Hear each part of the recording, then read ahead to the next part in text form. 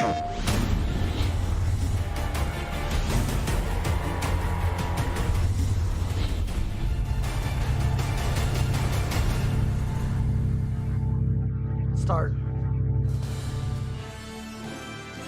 Hello everybody, welcome to Soulcalibur 6 here for the PS4 Open Tournament Series. My name is James and I am joined by Mr. Vicious. How you doing?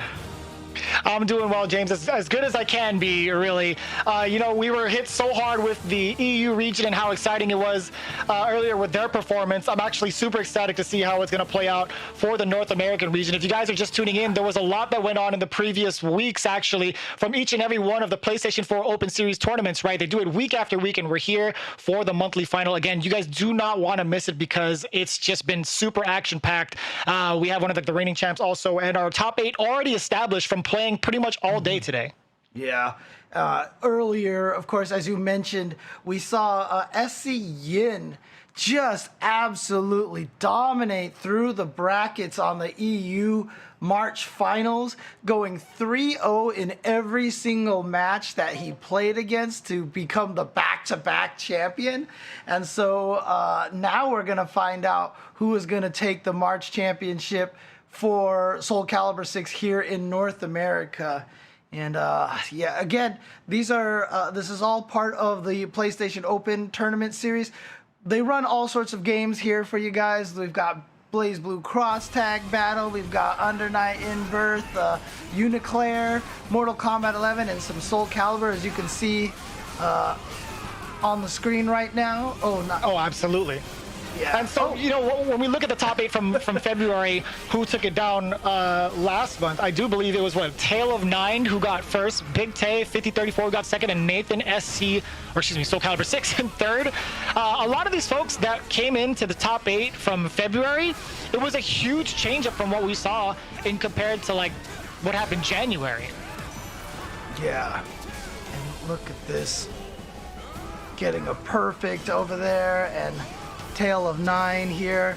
Looks like he's at match point here, and I think that's it right there. Yeah, and that was him taking it last month. However, since then, if you look at this, in March week 1 and week 4 were taken by Sly Tiger, and in between that, Infidelity and Ryan V100. If I'm not mistaken here, judging from the bracket that we have here, I think all 3 of them are here in the top 8. That's correct. Yes, sir. Yeah, yep, there you see it right there. Sly Tiger in the upper half of the brackets, and Ryan V100 and Infidelity, if they can win their first matches, will be going up against each other right away afterwards. So this is going to be a pretty crazy event here. We're going to have a lot of strong players here for this top 8. And so we see some of the repeat players, right? Sly Tiger being one of them, Yoshimitsu 6, pretty much a staple at one of these at some of these tournaments. Mind Wolf especially is definitely one of those heavy hitters. He's part of the Wolf Pack, and I don't mean it as a pun. There's definitely a bunch of other wolves that are involved in the PlayStation 4 Open Series tournaments for Soulcalibur 6. Ryan V also made a top 8 appearance from last month, and Infidelity. Again, I haven't seen too much of him in the top 8, but he's definitely a name to be known, as well as some of the other players. Like Chess, I'm not too sure of, but Blizzard Elite and Gigs also, they've been around a couple times. But one of the biggest things here that I always take note of is who has been the most consistent top dog, right? From this list, again, Sly Tiger took down the #1 spot over Mind Wolf, who has been absolutely dominating the NA scene, right? And then you see down below Yoshimitsu 6 versus Mind Wolf. That is going to be one of the matchups to behold and really pay attention to, not only because those two players have really joined in for a bunch of these tournaments, but because of the namesake itself. I'll try not to be too biased for Killick there, as I am a Killick player. Mind Wolf also being a Killick player, but you can see right here, first place is $400, second place $300, third place $200, and fourth place $100 for a total of $1,000 awarded to our players here for the top 4 positions. And so, yeah, again, gonna be a fun tournament. You know, pretty good prize payout here, especially for chilling at home, playing online like this. It's really cool. And I also have to give a slight shout outs to Mr. Sly Tiger as well. I've been running my own Soulcalibur streams every Monday night. So, where we just basically play a bunch of Soulcalibur casuals. He came in one time and just basically dominated on one of the setups that I had. And he does it all the time, man. Yeah. As well as, being able to check out compete.playstation.com. He's there every single week throwing down all the hands in Soulcalibur 6. And you could do so as well. If you find yourself thinking, hey, man, I want to try to get into this top 8 position. I want to try to play against some of the best in the North America region. You could do so for free at the comfort of your own home, as well as getting yourself some of that prize money each and every week, as well as towards the monthly final. So what else do you have left than to test your own skills, right? Go over to compete.playstation.com to check out how mighty you are really with the sword, right? And even if you don't think you can get to that top 4 prize, it's just a fun experience to play and also to, get to know the Soulcalibur community. The community has been, it's one of the friendliest communities that I've been involved in recently. And everybody there is always so willing to be helpful and such. So definitely shout outs to the entire Soulcalibur community. And so, yeah, if you can get a chance, enter, have some fun, and play some video games and have a good time. Without a doubt. So going into our first match, I do believe it is it's going to be Sly Tiger going up against Chess. Now, Chess, I haven't seen too much, but from what I've been told, Seungmina is going to be the character of choice for Chess. Sly Tiger, we've seen him dominate back in January. That's going to be the Talon choice. But let's take a closer look at Willie Hargrove, a.k.a. Chess. Chess over here from New York, interestingly enough, says that one of his greatest accomplishments is beating Ninja Gaiden on the NES. And trust me, as a person who has done that, I know exactly how difficult that is. But you can see here, 80% winner, only 3 losses so far in the PlayStation Tournament Series out of 14 matches. Really, really impressive stuff there. And with that Seungmina, but of course going to be going up against Sly Tiger from South Virginia, and Talon, the character of choice here for Sly Tiger. Talon, of course, very strong character, very aggressive character, and I know a lot of people hate dealing with her, but that's because she is so strong. Take 86% win rate here out of 63 matches. I mean, you said that he's here every week putting in the work. 63 matches, ladies and gentlemen, and an over 80% win rate in 63 matches. That's really impressive. I mean, we saw the name Sly Tiger pop up in each and every one of the weekly series, right? He's taken down 2 of them and has won himself one of the monthly finals back in January. Without a doubt in my mind, he's going to be one of the favorites. And going into it, it's going to be a very interesting bracket route because right below or right afterwards, it's going to be Yoshimitsu versus Mindwolf. And if Mindwolf happens to take it down against Yoshimitsu, you're already building the story, right? You might get that run back early instead of actually in the grand final seed. But as you all know, this is a double elimination, and it is going to be best of 5 throughout the entirety of the bracket. So we hope you guys enjoy some of the Soulcalibur 6 action. It's going to be Sly Tiger going up against Chess. I'm very curious to see it. I swear I've seen the name Chess a handful of times already. I know for sure I have, but it hasn't been in the realm of a top 8 as consistently. Yeah, I'm also trying to look at some of the other names that have been taken out of the tournament already, but we'll get to that in a little bit because it looks like the first match is starting over here. And again, Sly Tiger going with that Talon. And actually, Chess going with their secondary now. So, Seungmina is one of those characters that, wants to keep you out. We talked about this during the EU finals, has a little bit of kind of like a zoning keep away game. Talon kind of disrupts that, so maybe this is just a matchup that he doesn't feel comfortable with, so he's going to go with Astaroth instead, who's the resident grappler of the game.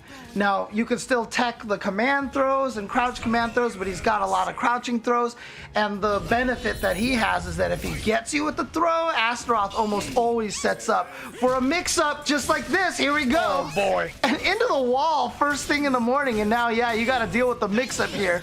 He's got ways to pick you up off the floor if you stay there, and he's got it's back-to-back throws and stuff. It's a scary character to deal with. Looking like David versus Goliath right now. Chess is just making mincemeat of Sly Tiger at the moment. Sly Tiger trying to get that repeat thing, but instead he caught you playing checkers.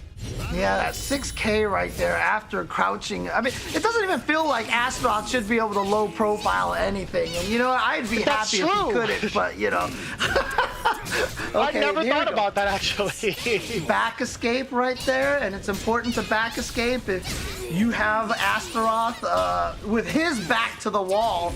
The back escape is usually the better idea. Tries to go for the low with the little kick there, but nice Ukemi roll by Chess to get away from that. However, still the victory for Sly Tiger in round number 2.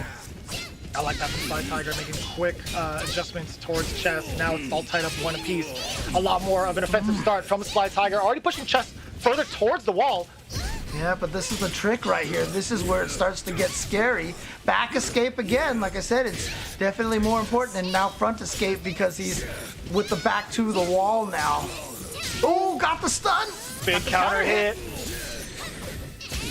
Got the soul attack to maintain that offensive aggression. Oh boy, the launcher. That's going to be a gang of damage. That's such an interesting... Oh my god, I thought it was going to be a wall splat. There's a lot of scaling, but 16 hits. You don't see that a lot in Soulcalibur, but Talon's definitely one of the characters that can do that. They're extending that combo for a long old time. Okay, outside of like a critical edge, yeah, that's the most I've seen in a combo, straight up. Going for a couple of lows there from Chess to start off. So Chess with a great first round, but then the next 2 rounds have all been Sly Tiger since then. Whew. Okay. Second with a low. Again, that but guard gauge is looking to be broken soon. Chess is just about hanging on. Ooh. Wow, we're not in time to punish that, actually, which is a little too slow. And he's just going for that because he just says, you know what? If you block this, you're going to get guard broken. And so it looks like Chess is trying to do something. And he good for the command throw. I'm not sure why that didn't grab. I thought that could get people out of the air, but I'm not 100% sure on that. A super on the critical edge. It might have been just a tad bit too far. I felt like she was already a little bit out of range, but just barely, right? So it was the right idea from Chess. It just wasn't within reach, unfortunately. Well, it looks like that means that Sly Tiger is going to take game number 1 against, again, in this top 8, it's 3 out of 5 the entire way. But, man, first game to Sly Tiger just like that. And the first round looked so good for Chess. He just came in there, got a bunch of throws, and then Astaroth was doing Astaroth things. And then, Sly Tiger said, nope. Sorry. Now Talum's going to start doing Talum things, and so there you go. I will admit that I didn't get to see too much of what Chess wanted to do as Astaroth. I mean, we were thinking, you know, Astaroth wouldn't have too bad of a time trying to close the gap, but now switching it completely to Sungmina is going to be a whole different story. Okay, so the Astaroth didn't work out, so he's going to try to go for a little bit more of the range versus the speed here. Sidestep just out of danger, trying to get... caught the kick. Punish on the kick. Excuse me. Trying to play a little bit of patience there. That was hit out of the air, so not going to get the full combo. Tried to catch with that 1A just a little too far away. Big break attack, just maintaining that momentum just a little bit too far out. God, a couple of times now he's broken that successfully. It was like 2 straight. Didn't break it this time. Yep, the other side. I think we've seen that attempt at least 5 times from Chess, and you know, if it ain't broke, don't fix it. Honestly, if that's what it takes, just checking the lows from Sly Tiger and then poking mid-range, then by all means, right?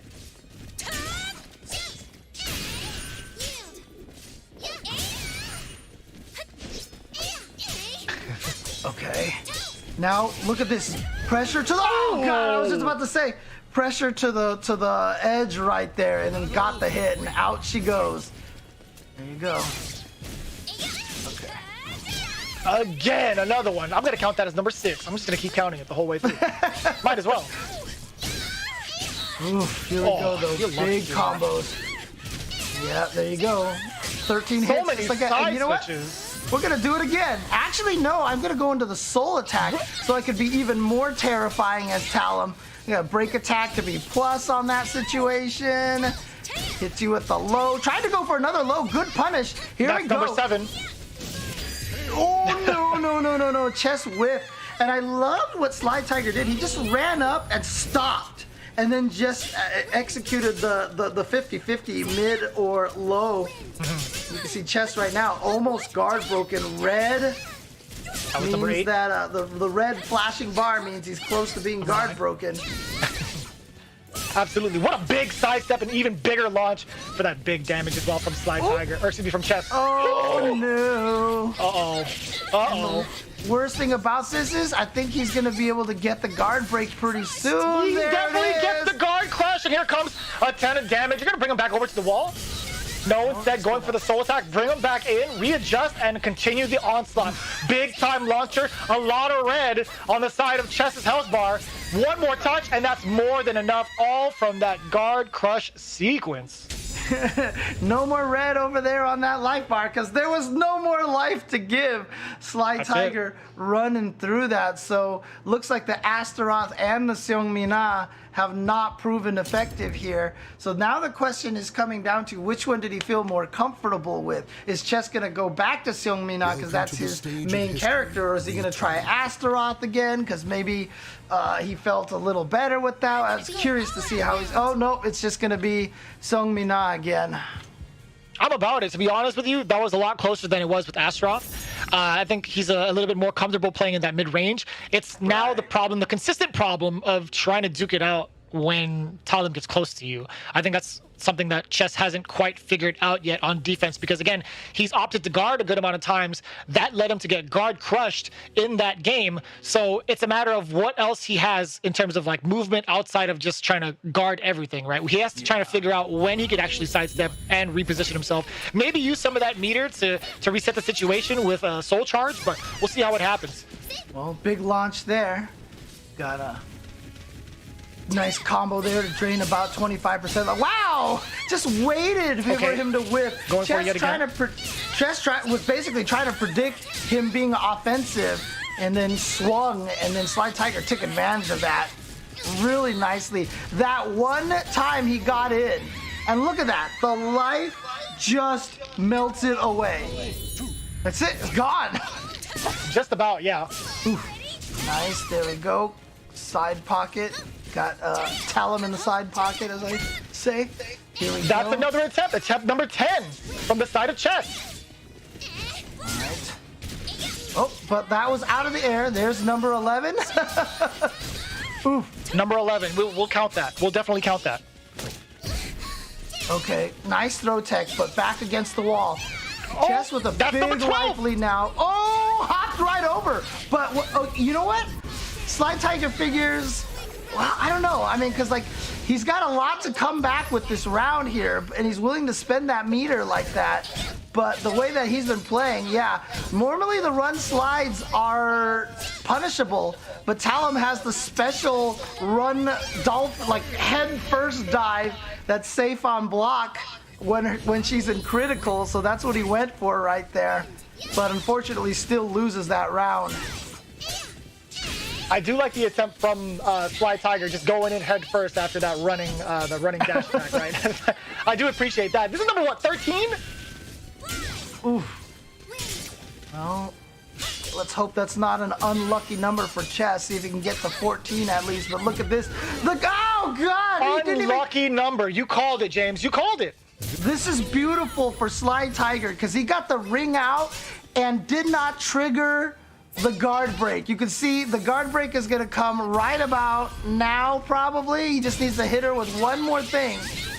Oh, no. Yeah, and he doesn't want to block. He doesn't want to block because he knows it's going to be a guard break coming there. What a jump! How did she jump that? Jump on wake up to go over the low, smart. And now jump over. Okay, the back turn kick. There's number 14. Again, waking up with a jumping attack to go over the low. You see how often Chess is relying on the lows. And, oh, God, now Sly Tiger. And it's still danger of guard break. Gets the guard crush, and Sly Tiger takes it. Taking a page out of EU's playbook. 3 games straight. Man, all right. So we're starting off in a similar fashion to the EU tournaments. A 3-0 start. Oh, man. It's rough out here, honestly. You know, Chess actually had the right idea switching over to Sungmina. It's just, I feel like he wasn't prepared to deal with how offensive Talon can be, right? There were so many instances where he got guard crushed, didn't have enough to pull back through, and we saw that. It was very evident from Sly Tiger's play. I almost called him Sly Wolf because he's playing like a wolf right now, but it's Sly Tiger. One of the things, though, is like what's crazy is, you know, you could see how much Chess was trying to avoid the guard break and got hit by a lot of things. Sometimes you just kind of have to accept the guard break is coming because you're taking so much extra damage just eating hit after hit, trying not to block. Sometimes I feel like you just got to take that guard crush so that you can get back to a normal neutral game. And I really felt like he suffered a lot in that last game because he was in the red for so long. No, without a doubt. There were so many instances where Sly Tiger took advantage of that state, got that guard crush, and closed out the rounds. This is the second instance we saw in the matter of 3 games. Right. And see, here you go. This was crucial here to get the ring out while she was in red. And that kept, because basically if he had guard broken her and killed her after that, KO'd her that round without the ring out, then he would have came into the next round with a fresh guard meter and would have been able to, you know, have a normal neutral there and not be so scared to block anything. But by getting rung out and keeping that guard meter that low into the next round was really, really a nice occurrence for Sly Tiger. You can see he's moved on here, and he will be going up against either Yoshimitsu 6 or Mind Wolf here in the upper bracket, in the next round of the upper bracket. Now, personally, I'm a fan of Yoshimitsu 6, obviously because he plays Yoshimitsu, but I'm also a very big fan of the way that Mind Wolf plays and how in such a dominant fashion he does so in each and every one of these tournaments. There's a lot of stories here, right? You got Yoshimitsu rocking that tried and true character, but Mind Wolf rocking that Killick. I know for sure James is a huge fan, right? He's already mentioned it numerous times already.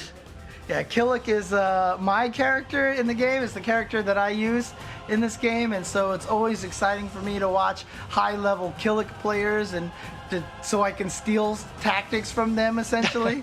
But you can see here, look at this, 78 games. We were amazed at Sly Tiger's 63 games. We have 78 games here from Mind Wolf in this PlayStation Open series, and he has won 82% of them. That is impressive. That is a high win rate, for sure. Yeah. I think the highest we've seen thus far in all of the competitors, both NA and EU. But let's take a look at Yoshimitsu. At the young, ripe age of 19, this man is a phenom, because I've seen this man play. He plays like a grown man, James. I'm telling you, this Yoshimitsu is pretty beast. 72% win rate out of 58 matches. Still nothing to shake a sword at. This man is the truth when it comes to Yoshimitsu tech. That's insane. That is insane. 19 years old, or 19 years young, I'll say instead. Coming in here and doing some damage in this tournament. Going to be going up against a pretty tough opponent in Mind Wolf. Really excited to see how these two matches go down. How these two players will go. How this match will go down between these two players. There you go. There you go. I can speak. I promise you guys. I definitely believe it. I definitely believe it. That's why you wouldn't be here if otherwise, right? Yoshimitsu 6 is. Go ahead. I was about to say, a lot of Killick players actually have said to me before, because I've asked them before, how do you fight Yoshimitsu, right? And a lot of them have responded, that fight sucks. So a lot of Killick players do think that Yoshimitsu wins this fight, but we'll see how this goes. One of the things is that Killick is not necessarily good at sniping people out of the air. Yoshimitsu can kind of be really annoying with what I call the Rafflecopter stance, you know, where he sits there and flies in the air and just annoys you from the sky. Right. So we'll see how this goes here. Let's see if Mind Wolf can show me what is in this matchup. I mean, maybe the chat knows something that we don't because they voted in favor of Yoshimitsu 6. But again, mind you, Mind Wolf has done a ton in terms of getting to the grand finals. I love the Samurai Showdown stage, by the way. Oh, dude, it's You so even have good. the judge right before the match Yep. starts. It's so sick. Kuroko, yeah, and they even have the same announcement too. The Iponde So, you know. No, yeah. That's so cool. Oh man. Oh, here we go. The 1A, one of Killick's best low attacks right there because it also hits people while they're still on the ground. But as you can see, it is punishable, so you got to be careful of that if it's blocked. And here comes Yoshimitsu 6. Oh boy, I'll chase them down. I don't know if that was an intentional tech chase there, but you saw right there. As soon as Yoshimitsu got everything going, it just, the pressure was intense. Yoshimitsu 6 definitely tried that. I'm going to give it to him. That was a big launcher against Mind Wolf. Now pushing towards the corner. This is dangerous territory. A lot of life taken out. Uh-oh. From nicely done. Oh my god, just a little bit off axis. The air control kept him alive, just barely. Tried to get out of there. Nice. Wow. Snuck in an 8-8B right there. And he's got the soul charge activated here. He's going to be losing health as the time goes on, and there you go. That is one of the things that makes Yoshimitsu really scary.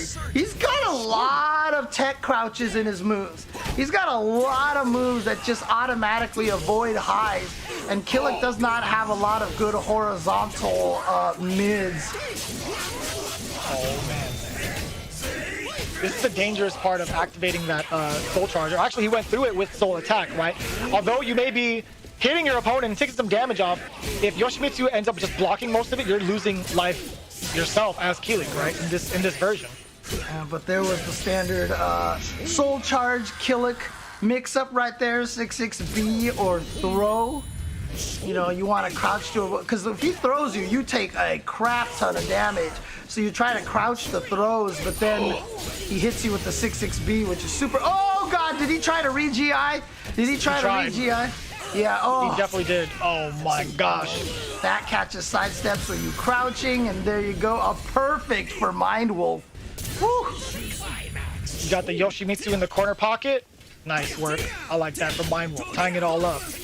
Oh, nice crouch under the high. Saw that coming. Was able to punish it. Tried to do it again. Wow, not discouraged. He could have crouched under that again. And yeah, that is a Killick lethal hit after a GI. Only way to escape that most of the time is just to get a re-GI in there. Oh no, got caught by the follow-up. Plus on block.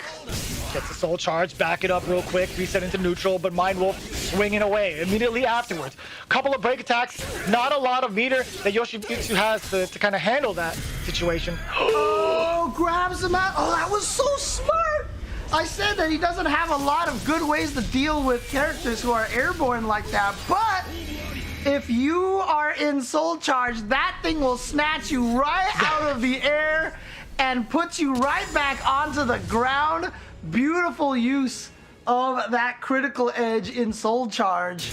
It's basically a free critical edge after you've activated soul charge, which is what makes it so powerful. Welcome to the stage of history. Super impressive. The adaptation there taken from Mind Wolf, being able to adapt on the fly against Yoshimitsu's tactics has been pretty on point, right? This is the reason why he's been a top 8 competitor so consistently. Again, Yoshimitsu is also one of those cats as well. Even in January, he was within the top 8 spot when it went up against Ryan V. So we'll see how it works out. See if he could make any adjustments here. But it was a close match. There's nothing really significant that I feel like he needs to do outside of just when you actually see Killick in soul charge, don't go up for the Rafflecopter because looks like Mind Wolf is ready for that. So here we are again. Yoshimitsu 6 versus Mind Wolf. Mind Wolf taking the first game. We'll see what happens. What kind of adaptations Yoshimitsu's gonna have for Mind Wolf. Already a ton of damage. RE's safe, was able to attack and then still get the sidestep to punish the RE. Crouches under the throw, and just like that, Yoshimitsu 6 with the first round. Very reminiscent of the previous game, right? Yoshimitsu with that aggression, that early aggression, back-to-back sweeps. A ton of damage now towards the corner. Still, Mind Wolf fighting it out. Ugh. Big damage there. Big damage off of that just frame. Oh, got launched out of the air, but of course, air launches don't give you the same kind of combos that ground launches do most of the time. Caught him sidestepping. Tried to chase him down there. Looked like he tried to go for a tech chase. Not gonna happen. Oh, that's dangerous to whip. That's punishable. Good stuff to Yoshimitsu 6. Highly punishable. I wonder what Mind Wolf had in mind. No pun intended. Sorry. What he had thought of Yoshimitsu was going to do to initiate that attack. It's just kind of curious. Oh, gets him. Big combo again. Oh no, the lethal hit. But he was too far away, so the rest of it missed, and he's going to get whip punished from behind. Oh. That is so sick. And he gains a little bit of life as well. At insult to injury. Oh, trying to run away and was able to block in time. The wall rising B. Oh man, the classic from Killick right there. Gives him the stun and the combo afterwards. Ooh, chopped out of the air, okay. Oh, sidestepped that, but did not have the punish in time. But here we go, gets the combo. Gonna get decent damage off of that. Gonna keep the pressure going, but Soul Charge gonna splat him to the ground. Oh, critical edge again to deal with the air shenanigans. James, you're onto something. Oh, look at that damage. Look at the damage there. But even more so, he gets himself away from the wall. The positioning and the damage all in favor of Mind Wolf. Yoshimitsu not phased whatsoever. Back-to-back sweeps. And this time a mid. So sweep, sweep, and then a mid. The classic mix-up for in Soulcalibur right there. Just, is it a low or is it a mid? And that's another scary thing about Yoshimitsu, is that his lows actually lead to decent damage. So it actually makes you really, really nervous to get hit by that a lot. And so that third time he tried crouching, and sure enough, the mid found its target, and down goes Mind Wolf in that game. To the stage of it's a considerable amount of damage, but one of the key things, one of the key takeaways that I've noticed against Yoshimitsu is that he's pushing Killick towards the wall a lot faster than expected. It's applying that extra pressure for Mind Wolf. And in that last round, you saw Mind Wolf force himself to go into that soul charge, and you see Yoshimitsu kind of commit himself to that air attack. So as soon as Killick responded with his own critical edge, he was like, all right, I got rid of all that. I got rid of the main threat. Now I can try to outplay him in a normal Killick phase, right? Without having to risk too much of my gauge and waste anything else, right? I felt like he wanted to get rid of that threat early. But it was all because of those sweeps, right? Just bringing Killick towards the wall that quickly can really apply that kind of pressure for Mind Wolf, or towards Mind Wolf. Again, that from crouching 3K, finding its mark. I mean, you have to do that from crouching, but these guys are so fast. Nice to sidestep into a punish. There it is again, and just gonna go for that follow-up option to try to get him to the edge, but unfortunately put himself at the edge and instead just gets knocked out of there. Nicely done by Mind Wolf, getting the counter hit on that 3AA. Ooh, here we go. Oh boy, big GI coming in hot from Mind Wolf, a ton of damage. Rolling off to the side, Yoshimitsu now pushing Mind Wolf towards that edge once again. Great front escape, big tech there for Mind Wolf. See right now, Mind Wolf trying to get away from the edge, doesn't want to get wrung out. Here we go. Oh, he chased him down. He chased him down on the roll. We can try as hard as we want, but eventually, Mind Wolf is gonna ring out somebody. He's gonna do it. Nice. He read the re-GI. Hits him. Didn't get the just frames on that. Tried to punish him for staying on the ground, but oh my god! But 3 in a row. No, at least 2 in a row. Excuse me. That was mad quick. Was that 3 in a row? I don't even know. I felt like there was 2 ring outs for sure, but I'm thinking about that first round. Did that happen too? What's going on, James? I don't think it was 2 rounds in a row, I think, of ring outs, but man, that was just such an interesting sequence. He tried to hit him with the CE to catch him for sticking on the ground, but he actually rolled to the side, and then somehow Yoshimitsu 6 could not recover in time to punish the whiff CE in time or something, but then all of a sudden Killick swung and Yoshimitsu just went flying out of there. Oh It's man, really unfortunate. I guess Listen, I guess it was 3 in a row. There you go. So it was three ring outs in a row. I was in such disbelief because I felt like Mind Wolf like played out the entirety of the first round, but you know, sometimes you forget. Well, no ring outs on this stage, but we do have back turn kicks from Killick, which are very terrifying. Oh, there's that wall rising B again. Oh, interesting. Whoa, that's a weird setup. I think I'm gonna have to try to steal that. Now back towards the wall. Mind Wolf does not have the meter to activate Soul Charge. Instead, get the throw. Yeah, like I said, if you stay on the ground or roll to the side, that 1A will catch you. He should be able to kill off of this wall splat. Mind Wolf looking so strong here right now. Not worried about this matchup at all. Nothing at all. Nice block. Again, you see how much carry that has. The damage is pretty decent, but it's the carry that I feel like has the most potential to make it dangerous, right? Because now you're already at this wall. Look, Mind Wolf is backed up. Does have 1 bar. He's not going to spend it. I feel like the life is too low. Gets the wall again. Switch. And doesn't switch this time around. Very smart move, but Yoshimitsu rolls out of danger. Yeah, that move was negative, and looked like Mind Wolf tried to steal a turn in there. Yoshimitsu said no way. Took his turn and got the hit. Now Mind Wolf, Yoshimitsu tying it up 1-1 in rounds here in game number 4. Has to win this set right. Has to win this game right here in order to stay alive in the tournament. Uh-oh. Here comes that soul attack from Mind Wolf, but he's at a pretty huge life deficit right now. He has to land every single hit to make it work. And I think he just did, right, James? I'm pretty sure he just did. And that's going to be another round on the board for Mind Wolf looking at match point.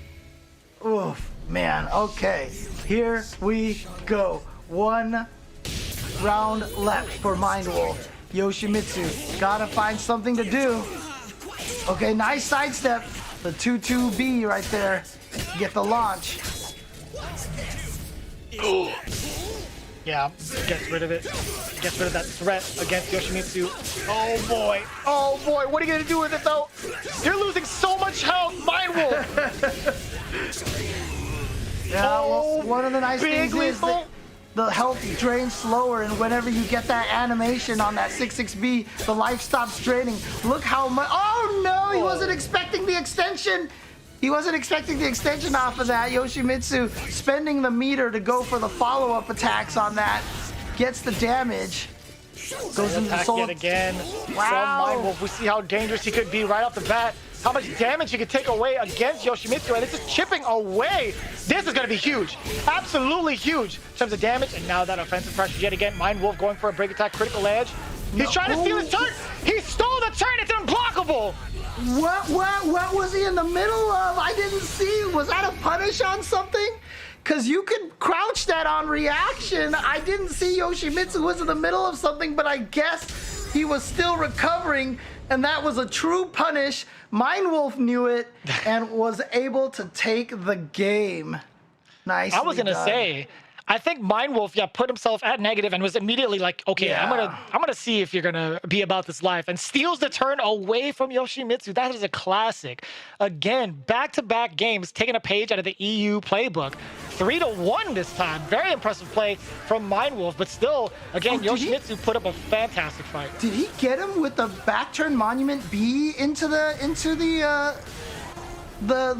super? Did I miss that? Did I miss that? Because if that's the case, yeah, that's a force. You can't do anything to escape that. If you block the back monument, the back parry into it, then you're done. Then you're done.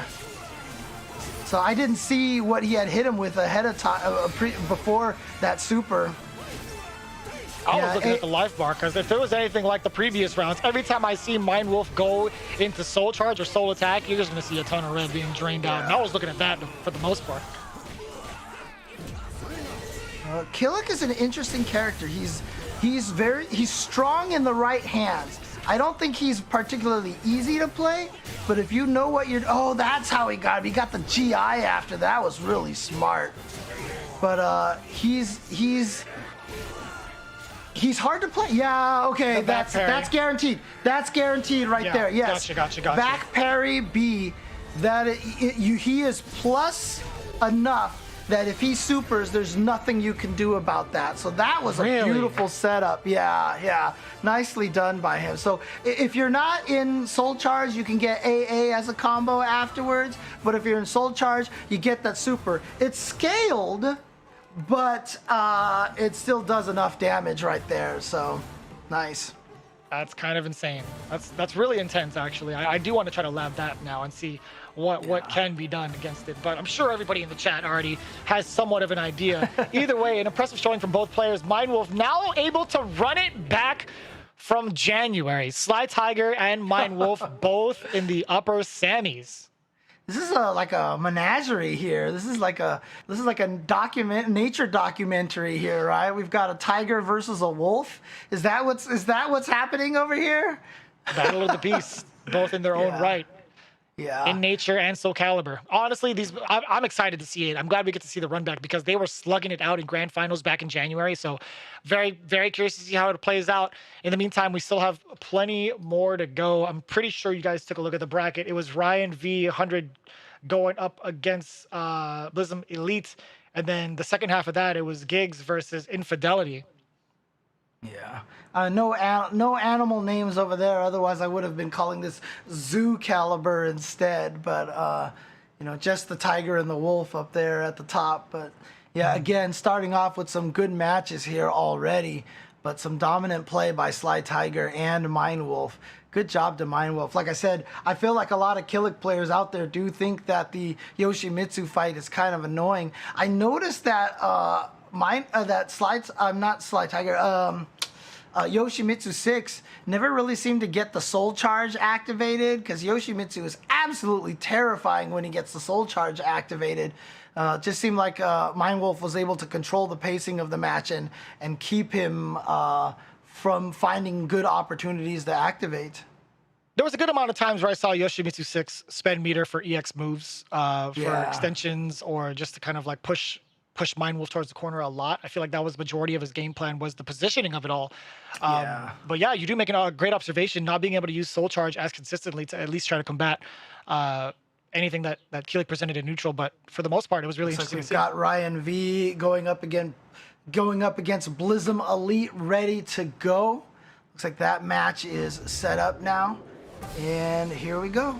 Oh, actually, that's right. Let's talk about these players a little bit here. Ryan V, 21 years old. Location, New England area. Just the entire area. It's just New England area. He has no distinct home in that location there. And 77% win rate. Again, 56% win rate. These guys are putting in the work in these series here, and it's really cool to see. No, without a doubt, so we're going to see that Sophia in play, but we see Aswell coming in from Blism Elite. Blake hailing from Orlando, Florida.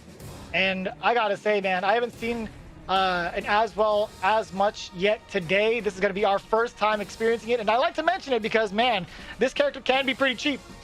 Yeah, Aswell is one of those characters that kind of had a nice little roller coaster journey. He started out really, really strong, got nerfed to a point where some people thought that he wasn't that strong anymore, but then got buffed back up. And honestly, at this point, like, there's really not any bad characters in Soulcalibur 6. They've done an impressive job with the balancing. Obviously, there are some characters that are stronger than others, but for the most part, if you know what you're doing with your character, you can win. And again, what's impressive about that is all the characters are so different from each other. That's not an easy task to balance, man. That's not an easy task to have a game where each of the characters have such unique archetypes, to have it as balanced as it is.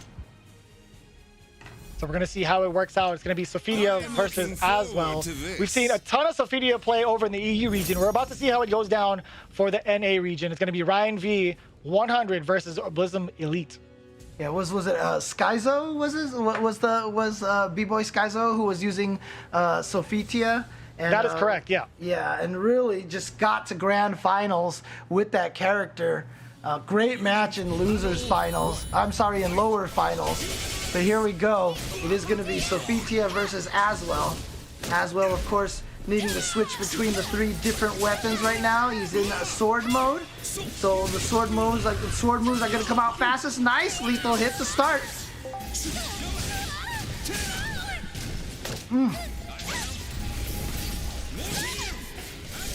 Gets the back throw here, and now keeping the pressure going. Oh, dodged it. Nice. Big whip punish. No, it wasn't even a punish. Yeah, I know. That wasn't even a big whip punish, unfortunately.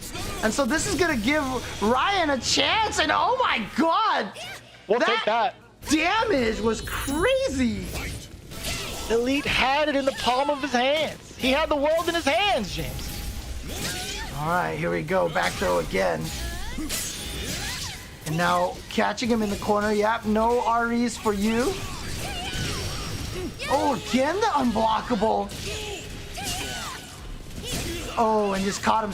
There's that 1K again. Tripped him. All right, coming in there with the spinning top.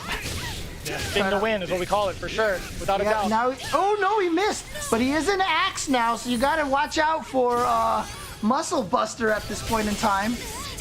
Okay. Oh.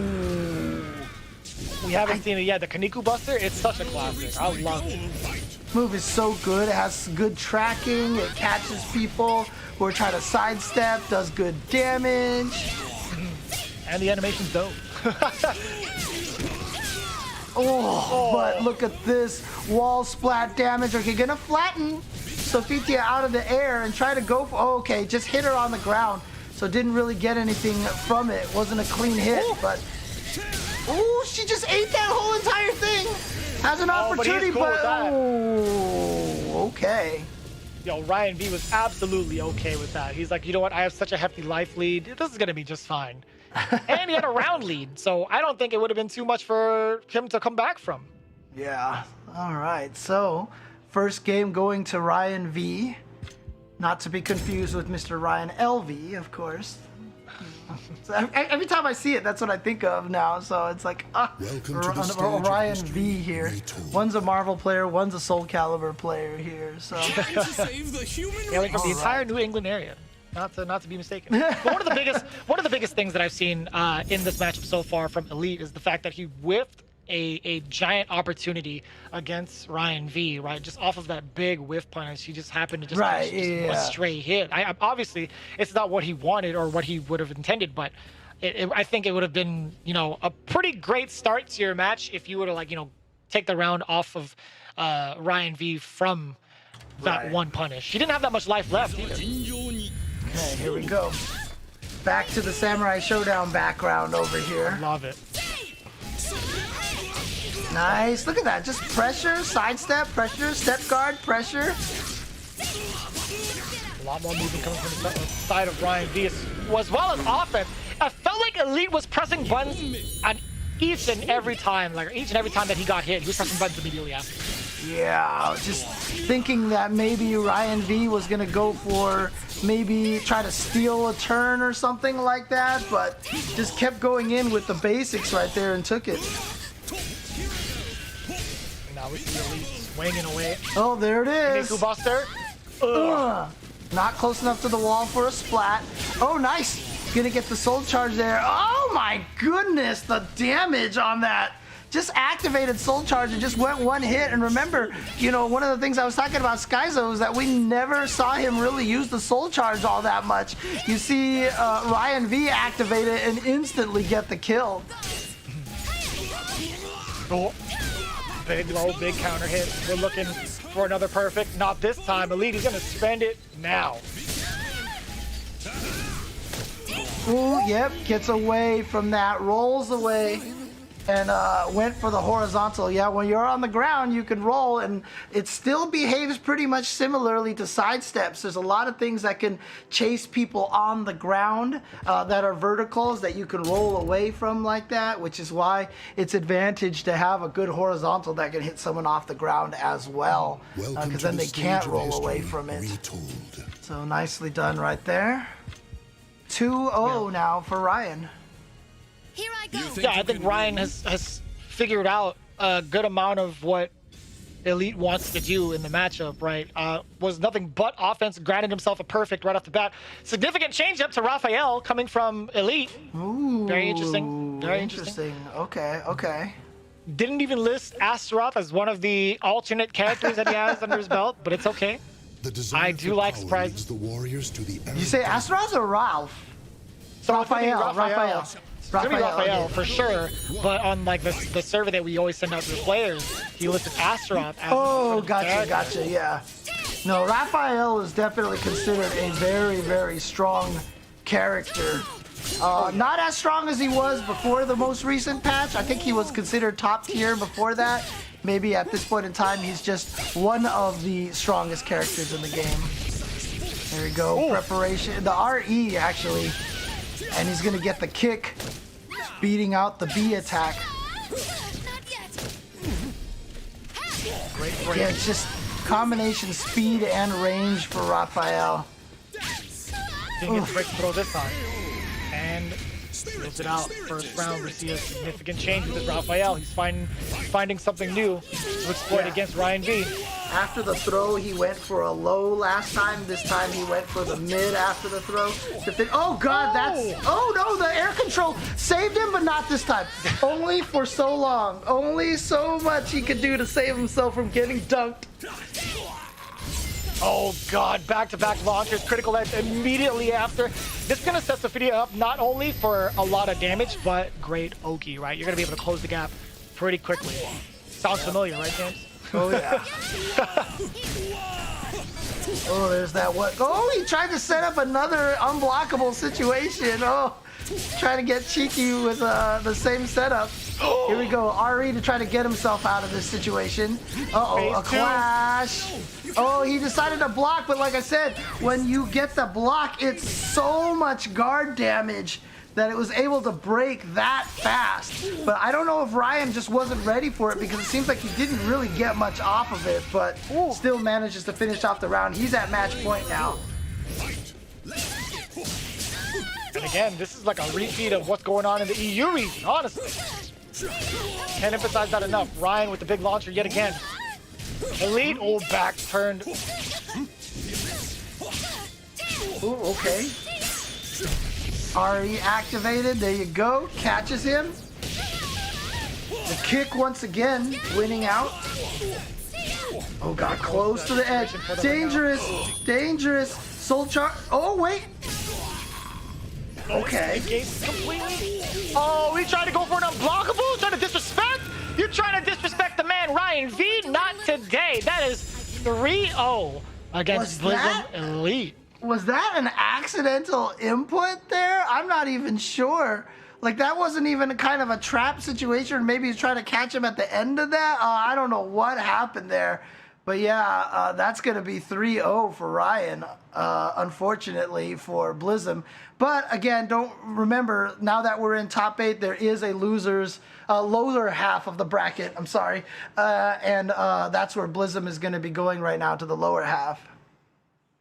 Yeah, and as we move on, we get to see Ryan V and how we started things off. Again, Blizzum Elite started off with that as well. Had a giant mishap in the first round, and Ryan V took full advantage of that and managed to secure not only the first round, but the second, and consequently the third immediately after, with just a barrage of mix-ups, forcing Aswell to the wall so early in this game.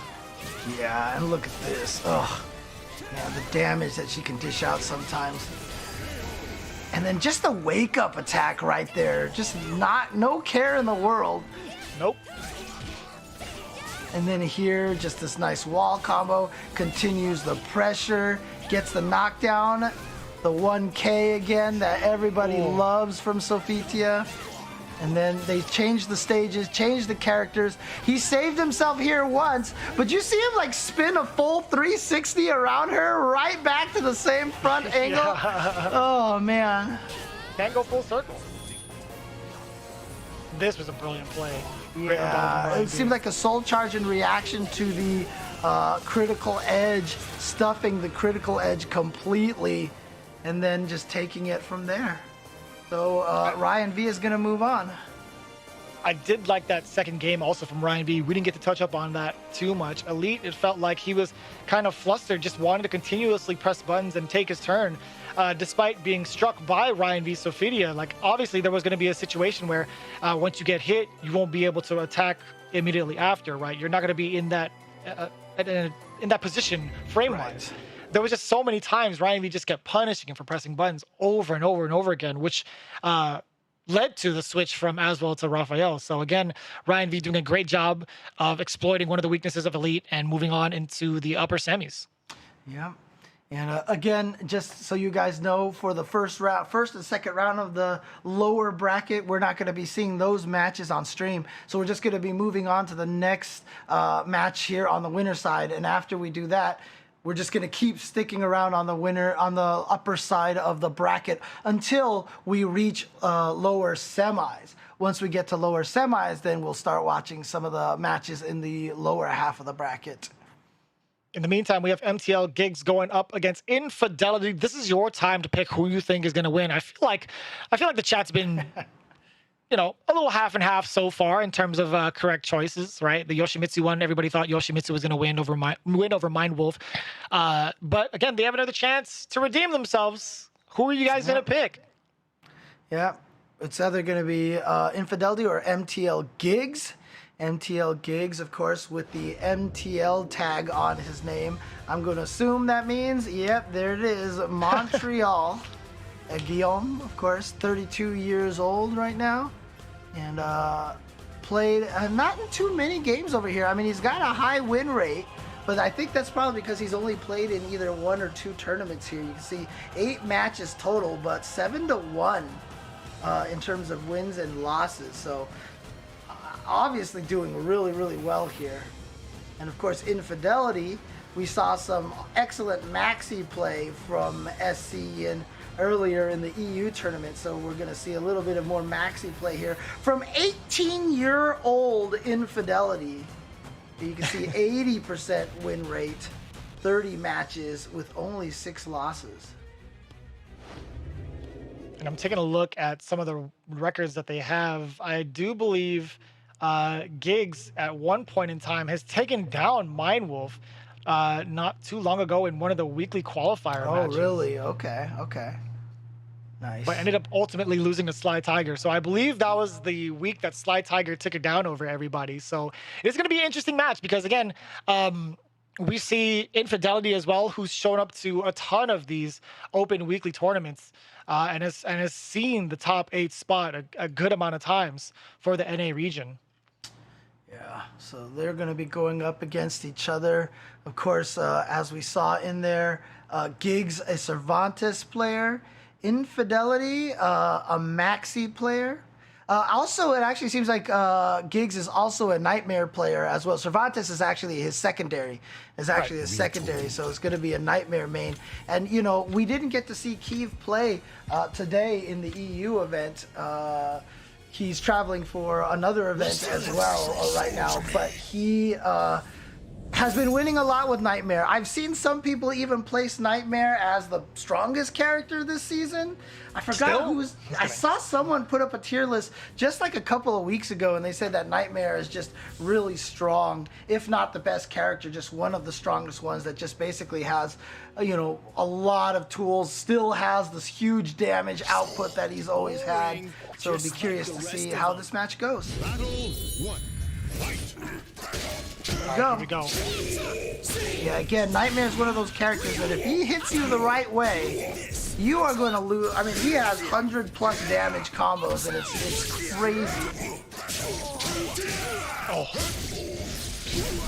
Did he steal Mitsurugi's sword? What is this? What's going on? He got a katana this time. No great sword. Oh, yeah, you're right. Yeah, you have the ability to customize your weapon. Decides to go for the katana. Or the katana. Never gonna not pronounce that the American way. Oh God, look at him chipping away! Oh, the flip. Yeah, I mean, that was gonna be dead even without the ring out, but still, that's a lethal hit. Okay. Hit him with a flapjack earlier, but still, here comes Infidelity. Trying to make his way through. That guard gauge. Bright yellow right now, but still doing great work offensively. Soul charge. Giggs trying to reset the situation back to neutral. Swing it away just in case Infidelity wanted to get antsy. Oh, he still managed to catch with the launcher! But he didn't get anything off of it. He didn't get anything off of it. What? There. Oh my God, nobody can hit each other. Finally, Giggs gets the connection right there. That was just one of those combo videos, like those no damage combo videos for a second there. I thought you were imitating Maxi when you went, what? I thought you were going to finish off. Yeah, something like that. Infidelity's doing great work. Already passed 60% against Giggs. Jeez. Oh, wow. The kick didn't hit, but the follow-up did.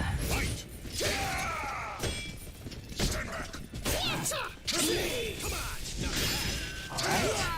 Flash right there. Oh. Alright, gets the terror charge now. Uh-oh, close to the corner. Yeah, backing off. Excuse me, close to the edge. Excuse me. You see him sidestep right there, dodge it, didn't quite have a punish ready to go. Sometimes you just don't expect that that sidestep to actually pay off like that. And when it happens, you're like, oh shoot! And by then it's too late to actually reap the benefits of that successful. God, that thing reaches so far. And he gets Go ahead.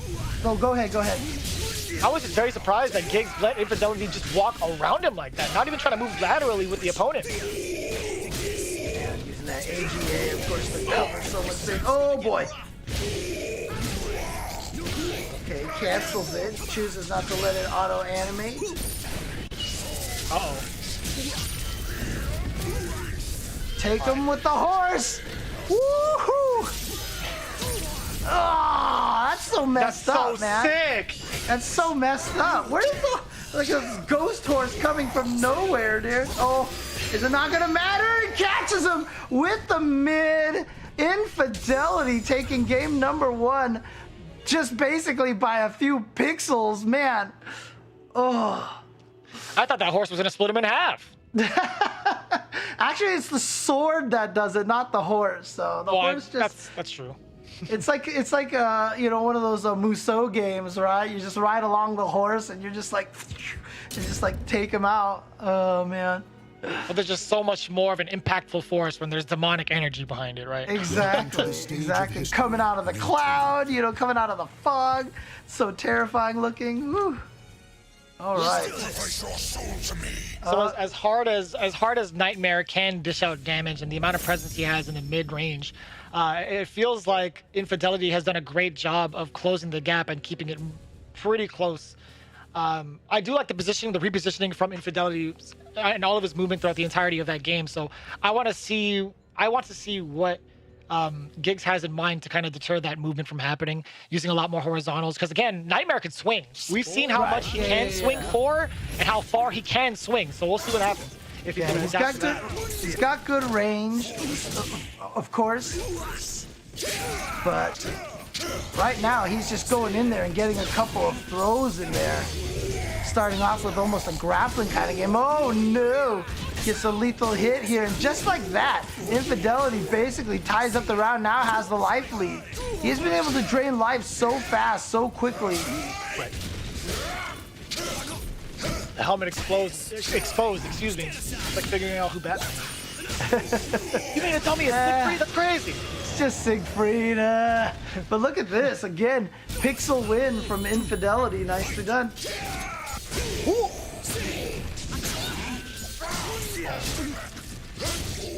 Absolutely huge start. 4 games. Charge up. I always call it just from my Tetris background. Got the terror instinct going over there. Just the terror charge. Oh yeah, there we go. The auto absorb into explosion. 1-1 apiece here in game number 2. Gets him with the drill, but wasn't terror charged, so wasn't gonna do as much damage. Here we go, plus frames again. What a bait out!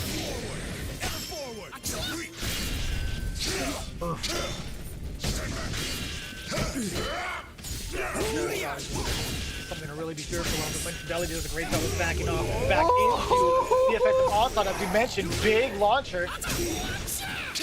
All right, getting one hit there. And the chase down, and then just a quick little, I believe that's a 2A, getting a little hit there and taking that round. Infidelity trying to go up 2-0.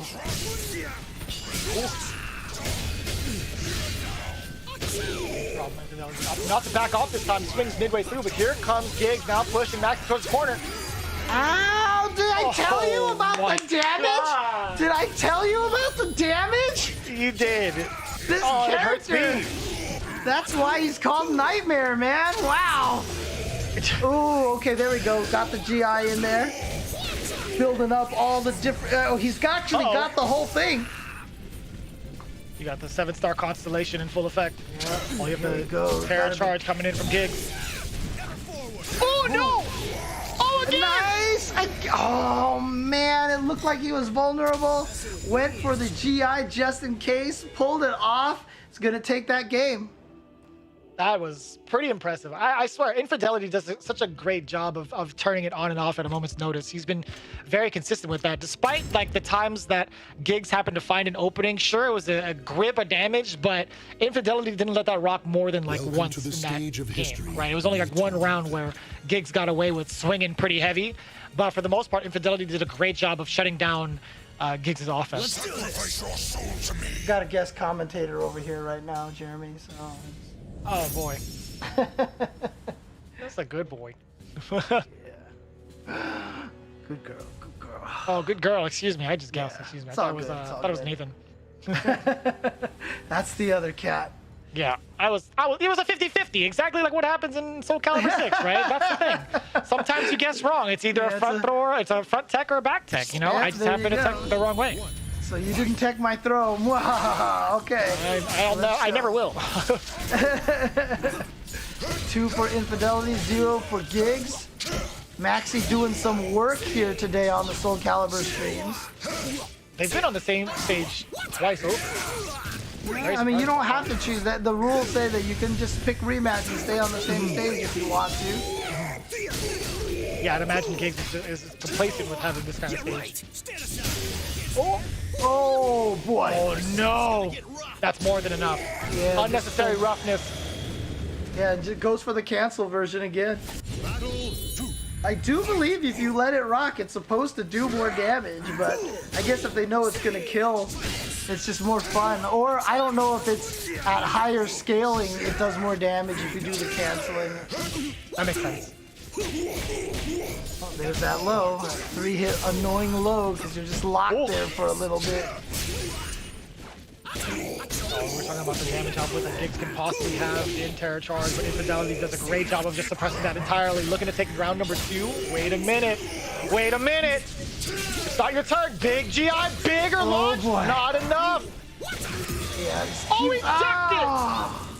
I think he went for the crouch throw, actually. Did he crouch it or was he standing? I didn't see which one it was. Crouch.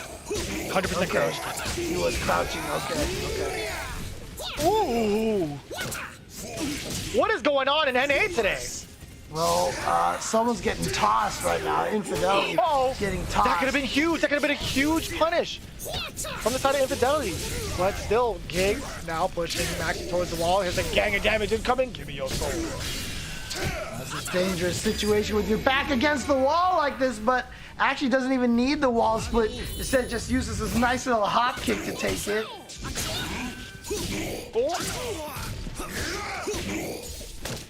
A lot of meter on the side of Infidelity.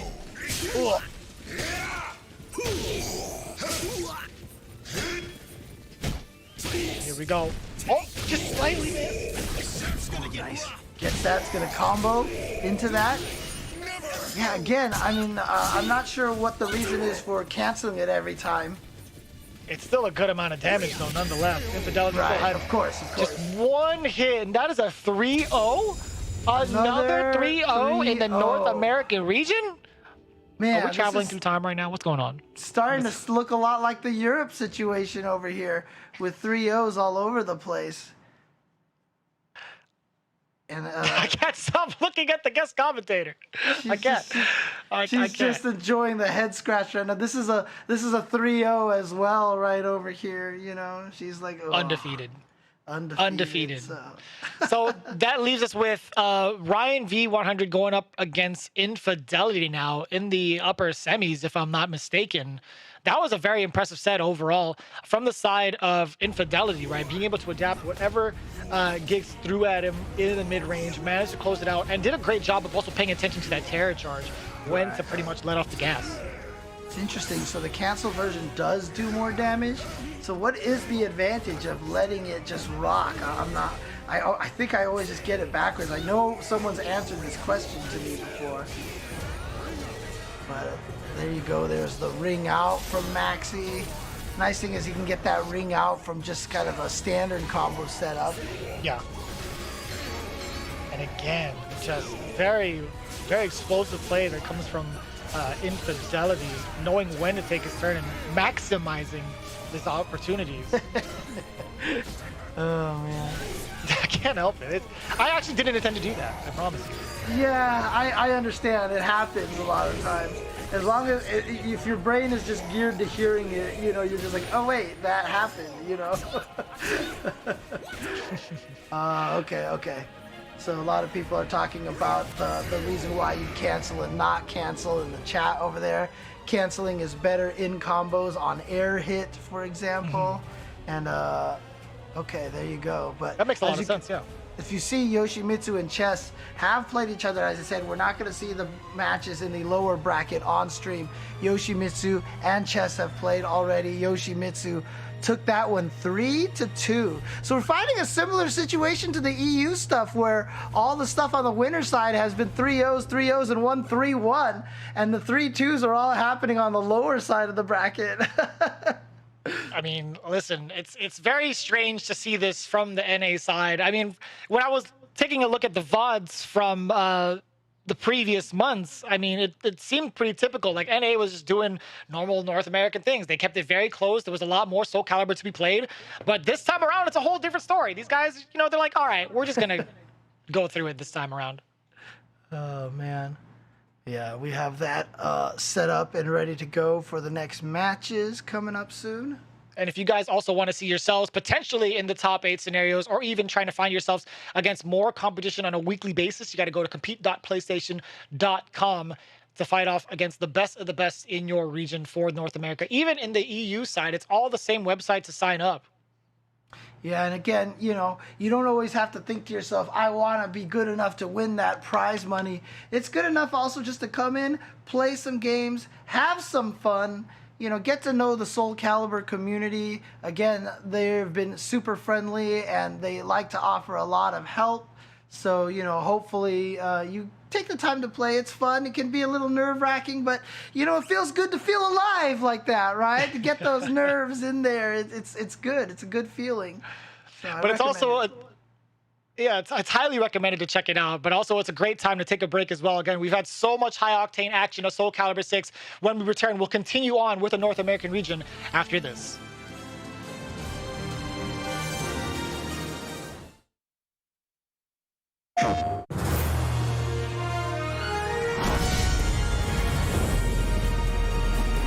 Let's cut right to it. Right on cue, speak it into existence, and it shall be. Close your eyes, don't get blinded by the light.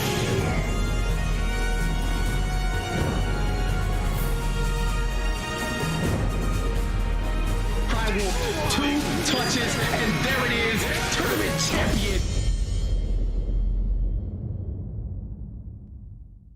PlayStation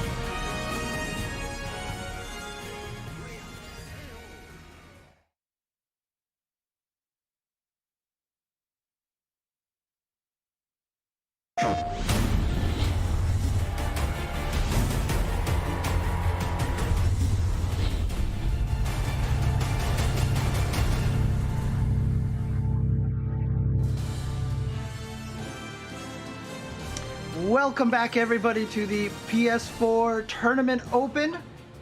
We're continuing forward here for the North America region, and really excited to see how this is going to keep going out. No, absolutely. We've seen so many matches that have gone down to the wire, or I should say. But no, it's actually been the complete opposite. It's been nothing but 3-0s all across the board, right? I tried to tease you a little bit with some of the North America themes, but this is looking very EU-esque. And what I mean by that is Sly Tiger took down Chess 3-0. Mind Wolf took down Yoshimitsu 6, 3-1. Ryan V took down Blizzard Elite 3-0, and then following suit, Infidelity with a 3-0 for himself against MTL Gigs. It's actually ridiculous going on with the way that things have worked out here in the PlayStation 4 Open Series tournaments. This is the NA March Finals, but we're still going along the lines here. Sly Tiger versus Mind Wolf, exactly what you could expect for the upper semis. Ryan V versus Infidelity. Again, we have so much to go through. I'm excited for this run back between Sly Tiger and Mind Wolf personally. Yeah, and as we keep going, we'll update you on the lower side of the bracket as well. But we're going to be continuing on the upper half of the bracket. So as we mentioned, Sly Tiger and Mind Wolf coming up first. That match is going to be absolute insanity. We're going to see a very fast-paced kind of gameplay coming from the side of Sly Tiger, using that Talon work. And then Mind Wolf, we've seen how aggressive he can be with Killick, but he's more of like a pick and chooses kind of spots to unleash some damage, right? And doing a very great job of doing so with at least managing the meter that he has, or the resources he has to net that damage. Sorry, I'm trying to, live up to the Soulcalibur name over here right now, and yeah, I have a lot of guests here. Apologies about that, but this is one of the things. What happens when you work at home? Nothing wrong with that. You get Nothing wrong with that. Invaders into stream over here, so. But yeah, looks like we're gonna get Sly Tiger and Mind Wolf coming up here. Again, both players that very, very strong. God, this is gonna be a rough one. Talon versus Killick. Can't wait to see how this one's gonna play out. In your personal experience as a Killick main, how often have you gone up against a Talon, and how did that matchup go for you in general? It's interesting because it just depends on the Talon. Some of the Talons that I play, once they get on top of you, there's just like nothing you can do. You just have to find the right opportunity to get a GI in there, or get the defense going, or if you can, get the knockdown and just keep going from here, like Mind Wolf is trying to do right now. But here we go. There's that 6K again from Talon. But see right there, perfect timing. He got the GI in there, and as a result, he's going to stave off the offense from Talon. And that's what it's really going to come down to, is finding the opportunities to read the obvious moments that Talon wants to keep going with the pressure and sneaking in those GIs. Sly Tiger starting off with the Superman punch immediately after that onslaught from Mind Wolf, right? He's like, you know what? I let you be aggressive a little bit too early, so I'm going to try it myself this time around. Oh, the back turn kick! How did he know he was going to be back turned? And sometimes it's hard to tell. Now, see, he got that back, the back parry B. He could have comboed AA. Doesn't really do much damage, though, so we chose to try to go for a different kind of mix-up off of that, but ends up... Go ahead. No, I was just explaining. Okay. That was but you see, potential big hit. You see what Mind Wolf is doing here? He's had a couple of times where he's had the GI baited out and punished, but that hasn't stopped him. Like I said, that's a crucial aspect of this fight, just to make sure that you can keep the Talon honest. And that's the thing, you have to keep the Talon honest with those GIs. And the nice thing about Mind Wolf is he's not scared, and he has also got Sly Tiger at a point where he's going to be able to get the force block right there. Oh, this is going to be big damage. And the migraine. Oof. And then the tech chase. That's safe on block. It's a safe low. Very rare to have safe lows in this game. And now the soul charge activated, trying to be very... Did he get her? No. Oh, he 100% got her. 100%. How many times has Mind Wolf caught somebody out of the air with a critical edge? How many times? I thought she was gonna jump over. I thought she was gonna jump high enough to avoid that, but no, didn't happen. Never. Oh my goodness. grabbing bullets like Charles Barkley. It was insane. This guy is always on point with the anti-airs.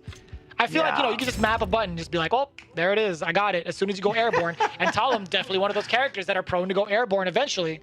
Yeah, and again, another thing too is just that character knowledge. Mindwolf has definitely GI'd in the middle of some of Talon's strings that have gaps in them, and he's aware of those, and he's taking advantage of it by playing that game. Like I said, you really try to shut down Talon's offense. And keep in mind, GIs are, I think there's like 2-frame startup or something. So only if there's a 1-frame gap can you not GI. And that's very, very rare. There's only a few very specific, intentionally designed situations for that. But otherwise, the GIs are always there. So as long as you use those as a way to deter Talon's offense, it can really shut down her momentum and her offense. Oh, yep. Gonna get clipped out of that one. Again, there's earlier, that GI. Great call out yet again from Mindwolf, using that GI now, forcing Shy Tiger towards the wall. But there's just so much damage. A lot of catching up to do from Shy Tiger. Or excuse me, Sly Tiger. Well, I mean, the way that he's playing right now, he probably feels pretty shy right now. What is it, once bitten, twice shy? I mean, he is getting beaten up right here. He is bitten and, yeah, he is not happy right now. Oh, goes in there with the 6-6K. Oh, whoa, I didn't even see what the heck move that was he got up with. Got the stun, tried to go for the throw. Instead, does the wake up pull and gets out of there. The back turn kick again. This thing is so fast and it has an auto GI point on it. Oh, nice tech. Important tech. Oh. Yep. Oh! Man, Mindwolf now is just going crazy on the offense. He is. I like this early aggression. It's crazy because like sometimes I feel like I have a hard time keeping the rush down going with this character, but the way Mindwolf has been playing Killick, he looks like Talon himself at this point. Is that a true punish? Oh, there it is. True punish. That is going to be huge damage because that is raw damage right there. It's about 1/3 of his life, and that's nerfed damage. The last patch they reduced the amount of damage that does. Very impressive on the left. Oh boy. The cannon! The cannon! Oh, that does so much damage off of the Wind Fury. All he needs is one hit. There it is. That 6K again. Catching out of the air. That button is so good. So Sly Tiger sitting in here. Still. Oh, yep. Didn't do one of the follow-ups. You saw Sly Tiger looking for it. Not quite out of the ring. Not quite close enough and at a little bit of the wrong angle. Trying to bait out the re-GI. Oh! Goes for the low. Nice. Block and punish. But now you gotta watch out for that back turn. Oh, no. Damage! Now if he goes, oh no, okay. I wonder if Sly Tiger, because we saw that from Mindwolf earlier, where he did the back parry into the break attack into the guaranteed, the critical edge. So I was wondering if Sly Tiger was expecting that. So when he got up, he tried to run away, but instead got hit by the media attack from Mindwolf. And Mindwolf is looking so strong right now. That is crazy. And there's been a pretty much a reoccurring theme here. As soon as Keelik activates that soul charge, it's pretty much all Mindwolf. Like Mindwolf has just been so consistently dominant with the usage of that meter and being able to utilize it so early, despite Keelik sort of like losing life in the beginning. He's not deterred by that at all because the damage output far exceeds the amount of life he's losing, right? Yeah. So he's totally complacent with just activating soul charge as soon as he gets it. Yeah, and there was a couple of small buffs. Certain moves will actually replenish a bit of his health, even if the opponent blocks it. Right. It's a little bit rare, but like the moves aren't the easy ones to land. Let's put it that way. But it's still there. At least he has that option. But there you go. That is a Talon round. That is what Talon wants to do. Get that offense going. already off to a great start yet again. Sly Tiger 2 rounds straight, trying to establish dominance very early, but here comes Mind Wolf again. You cannot count this man out, but there's definitely no meter on the side of Keelik, so Sly Tiger's going to make the most of it as much as possible. He tried to do a tech chase right there. Oh, again, those GIs. You saw the reversal edge, and then he tried to sidestep out of the way. Chased her down, didn't let her sidestep. There it is, the guarantee, and he's low enough that it's probably going to kill. It's definitely going to kill. It's got to, right? Yeah. It's got to. There just wasn't enough left. What a setup for Mind Wolf. It's exactly as we called it, right? As soon as he gets the soul charge, it's so problematic. Actually, that was a soul. He initiated off of a soul attack, but you get the gist. I'm trying not to be biased here, but this is so beautiful so far to watch. It's poetry in motion here. Oh, and then he caught him with the 4-4-A and the tech chase as well, and another one. Oh my gosh! In a sticky situation, getting battered by Mind Wolf out of there too with the pole vault. I like that. Good taste. Dude, but either way, just reading everything, even the horizontal. The back parry can only, I'm sorry, the vertical, you can only GI verticals with that. Oh no! The back turn kick won? The back turn kick won? That's unnecessary. That was so unnecessary. How does that even happen? Oh boy. Ugh. That's gonna do a good amount of damage. And towards the edge. Oh boy, how are you gonna even move forward? You don't. You get splattered down. Mind Wolf taking it, what, 3-0? 3-0. Are you kidding me? Absolutely speechless right now. That is a match that I need to go and study to the best degree. That was a clinic. Wow, Mind Wolf. I mean, now we know why he's called Mind Wolf, because he read everything. He had all the mind games going there. Wow, that was crazy. And with beastly instincts too, getting those reads and acting on it, just sheer dominance from the side of Mind Wolf. Exactly why he's in the top 8 so many times over for the NA region. I can't believe that. That was just, like I said, oh my God. Like, I'm just watching these replays, like, I'm not even talking because I'm just studying them right now. And see, right here, meaty. So I think Sly Tiger was scared that he was gonna go for the, the back parry, the forced super command grab. Oh man, it's crazy.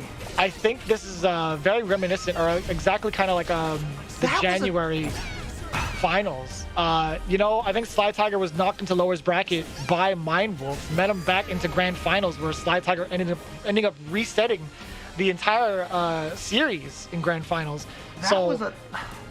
That critical edge was a tech chase as well. Caught him sliding back. I gotta go back and watch what the setup was. Man, you don't understand. Like, it is so hard to keep up. I mean, I'll tell you right now, as a Killick player, to do what Mind Wolf did, he made Killick look like an absolute broken character. And, as a Killick player, it is not easy to do that. And I am just like absolutely flabbergasted right now. That was amazing. I've definitely heard Ebonic Plague and KP state that Keelik is a mid-tier character, like over and over and over again, both months. So, I mean, you're not wrong. I mean, if they say it more than once, I'm inclined to believe it at this point. But the way that Mind Wolf navigates his character, it's starting to make me think otherwise. Yeah, and again, I said this earlier, right? I don't think that there's a bad character in this game. And when you say a character is mid-tier in Soulcalibur 6, that means they can do that. So, mid-tier is definitely not a problem. So once again, I mean, shout-outs. Not only have they done a great job with the balancing in this game, but I also still have to give credit, again, where credit is due, to Okubo and team on Soulcalibur for also putting out some of the best patch notes in all of the fighting game community, because not only do they list the change, they even tell you whether it's supposed to be a buff or a nerf. Sometimes it's a both. A buff and a nerf, you know, and like they'll actually list all those things like that and why they decide to make the changes and such. They do a really masterful job, and so you know I like to call it out because you know a lot of times you put in that extra work, you don't get the appreciation. Well, you know I just from me and the rest of the Soulcalibur community, it is definitely appreciated. Without a doubt, without a doubt. So most of you going into the next semis match. Ryan V going up against Infidelity. Majority of you have voted that Ryan V is going to take it over Infidelity. Both of these cats doing very well in their initial run in quarterfinals, right? 3-0 from both sides. So we're going to see how it works out. Just to kind of refresh your memory, we saw Ryan V rocking that Sophia, Infidelity rocking that Maxi. If you guys were paying attention earlier this morning, we've seen B-Boy Skyzo go through that exact same route. Yeah. Against Yin. That's right. It's the exact same matchup, and Yin came out on top. Yin won the entire European tournament with Maxi. So let's see if Infidelity can try to repeat that. Break attack, being plus on block again. Of course, they usually have a lot of startup. Oh, nice sidestep. There we go. Gets the good punish. Oh, the unblockable, yeah. I'm not sure if that unblockable is a high because it's definitely a horizontal, so you can't sidestep that one. Oh, yeah, here we go. And again, the whiff punish. Great tech. Oh, and even better. Yeah, you're dead. From Infidelity. You are clutching dead. out.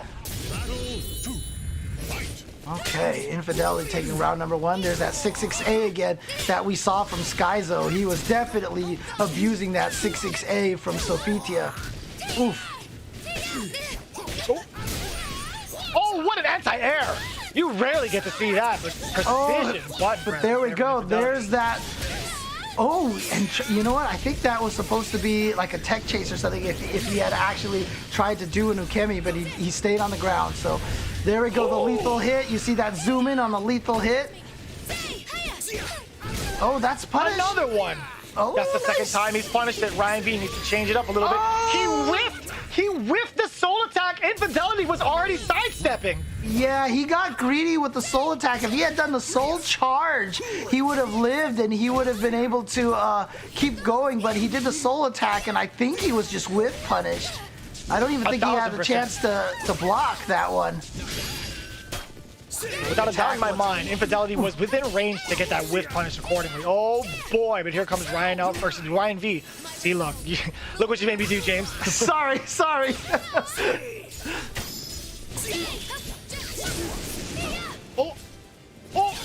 Oh God, they are just staring each other down for a second. It's that, it's the reservoir dog situation right there. Just staring at each other down. Seeing who's gonna pull the trigger first. I was expecting Infidelity to maybe bust out with a soul charge, but that wasn't the case. They did have 2 prior to that last sequence. Oh, look at this pressure now from Ryan V, just going in this round, and he gets the perfect off of the 1K chase. Just hits him off the ground. You're not rolling anywhere. Oh, nice. GI, and there's that 1K that everybody loves. Oh boy, we might see a ring out. Yeah, we're gonna see a ring out. And try to explode her for good measures just to get the extra oomph on that ring out. Doesn't need it, and there you go. So just like we saw in the EU tournament this morning, Maxi coming out on top here in this first game, but let's see if he can keep it up. Let's see if he can try to repeat what SC Yin did earlier today in the EU finals. Of course, for Ryan, he's going to hope not and going to do his best to reverse the fortunes for Sophia in this match. Let's do this. I do have to commend Infidelity for that quick adaptation against Ryan V. We saw Sophia take the disguise over and over again, but a simple B just managed to just anti-air. And that's a thing that you rarely get to see in Soulcalibur 6. It's just a simple anti-air into a conversion. Right. That rarely happens. I know it's possible, but honestly, if you could tell me how many times that's happened outside of Keelik doing Right. what was it, Super- critical edge, then yeah, that says something, right? Yeah. It's just one of those situations that, you know, most of your best combos are going to come off of a ground launch. When you hit people out of the air, everybody has a different reaction than what you're used to when you hit them off the ground. So you just have to know your quote air combo, your anti-air combo, but then all at the same time, they have so much more ability to have their directional air movement to try to avoid a lot of the air juggles that you go for. Right. Oh, does it again. Ryan V getting punished for that similar situation, but I don't blame him for doing it this time. He was trying to chase down Infidelity's movement instead, but just caught him on the wrong foot. There we go. Nice! Stabs with that kick out of nowhere. Here we go. Again. Oh, RE, no, not happening. Let go a little too early, so you have to hold it to keep absorbing the hits, but if you let go too early, your attack can actually be stuffed unless you charge it the entire way. If you charge it the whole way, then the attack can actually absorb attacks as well. Oh my god, 3 in a row? He's like, yo, you gonna anti-air me? I'm gonna keep doing it. I like that. Ooh. Here we go. More than enough. Take you for a ride, and there you go. That throw does so much damage too. Wow. Oh! Big launcher right off the start. Okay. Infidelity was just trying to close the gap. I think we Gets saw punished for Ryan V do that in the previous match. Just start the round, launch into critical edge, just like that. Ryan V is starting to find his rhythm. Getting Infidelity in a lot more awkward situations. Critical edge incoming. Yeah, gonna cancel it. Ugh. You're not the only one that can launch into critical edge. Ooh, don't charge. Back off me. Tries to get in there too far. Wow, no whiff punish from Infidelity, and that gave Ryan LV a chance. You see the tech crouch on that attack right there, slipped right under Infidelity's high attack. A lot of moves in this game have tech crouches built into them, so they avoid the high attack, so they're really tricky to sneak in there. Is that a punish? No. But hey, it's still paid off. It's safe on block. That thing is safe on block. So not everybody's critical edges are safe on block, but I believe Maxi is one of them. Ooh! What? That was actually pretty nasty. That entire sequence was pretty nasty. Infidelity. I love those effects. There's those certain moves that when they normally hit you, you slide, or like Tiro will surf on you or whatever like that. But then when they KO you, they exaggerate it, and it's like, it's so beautiful. It's it makes you feel so good. Oh, Maxi CE is minus 16. Okay, there you go. Okay. So it is punishable. So in other words, he just missed it then. He just missed it. Let's do this. Okay. It happens in the realm of online, man. Sometimes it be that way. And sometimes you're just like too late to think about it. So, oh yeah, but when he cancels it, I think it's a different timing on there. So now the chat's talking about this here. They're having the discussion amongst themselves here. Perfect. Even more for me to learn. Yep. Now we got the switch up to Cassandra from Ryan V. Okay. If it's a battle, 1, fight. Going with the other Greek character. Uh-oh. I think. Aren't they related? Are Sophia and Cassandra related? I believe so in the lore. Take this. People I'll are gonna probably have... look that up in a little bit. That could have been huge for Ryan V. Just a little bit out of range, and Infidelity just maximizing in that opportunity again. Huge life leads, getting that first round of game number 3. These Maxis are running wild, Jim. Oh, yeah, see, I think he's just staying on the ground, so the damage isn't as high. It's not like a reset kind of situation. And apparently, yes, they are sisters, so there you go. Confirmed nice. Got him with the mid. Tried to get the charge, but nice tech. Yeah, so Cassandra is indeed the younger sister of Sophia. Ooh, did he go too far? Oh, You know what? This is how you land the CE. That's just one of those frustrating situations. You miss it and you're like, man.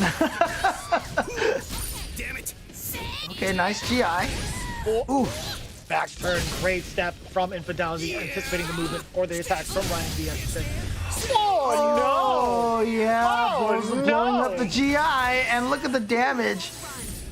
Okay, activates, but look how low this is. I mean, he's still on a perfect right. The disrespect! The disrespect! Baited him. He's like, yo, I'm gonna throw this out. You're gonna try to whiff punish me. Boom! RI into the What was perfect it? Was 3 it they called games in a row. The Dragon Guard or something like that. I forgot what it was. That's the RI, the GI that he gets while he's doing all the funky flipping things, and then I think when he's in Soul Charge, it becomes an RI or something. Dude, it's like, oh man, that was disrespectful right there. He was like, "You're attacking right now, okay, there you go." I got it. Heaven's Guard. There you go. Thank you. I always want to call it Dragon Guard for some reason, but that was a wash right there. And so, yep, definitely continuing Sly Tiger's maxi streak. For the most part, again, Infidelity has just been doing so well with movement, and I like that. A little bit of showmanship too. You know, love to see that. Yep. Here we go. You can see this, the break attack being plus, and yeah, releasing the RE just a little too early, and then just trying to find a spot to get an attack in, and just wasn't able to do that. Plus frames again, gets the stun into the soul attack, and then just damage. run him over. What an insane sequence. And then does it again immediately after. Right, so My he was working on the goodness. perfect here. I don't know if we're gonna see the Heaven's Guard here. Watch. Yeah, so Look he at just this. starts He's going gonna into the bait. Watch, the bait it out. Oh, just kidding. There it is. Oh, he whiffed the attack that went into the stance transitions, activated the Heaven's Guard right there because he's like, you know what? You either successfully whiff punish me or you're too late. And he was too late. So the only thing he could have really did was not attack. Just bait out the Heaven's Guard and punish at that point in time. But nope. He swung, got deflected, and that was game.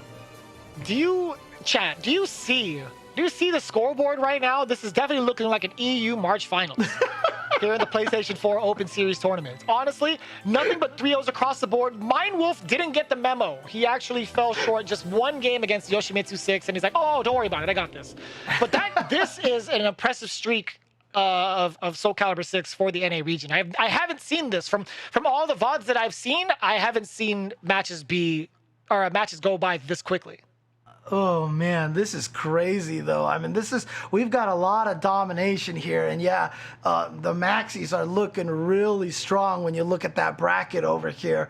It's curious to see, are we gonna get like a duplicated scenario here? You know, where maxis, I mean, it would be really interesting, you know, if we got a Sofitia versus Maxi finals from the Sofitia coming back from losers bracket, you know, it would be crazy. Again. But, you know, honestly though, the way Mindwolf was playing, ooh, boy, this upper bracket finals is going to be wild right now between Mindwolf and what was the Maxi player?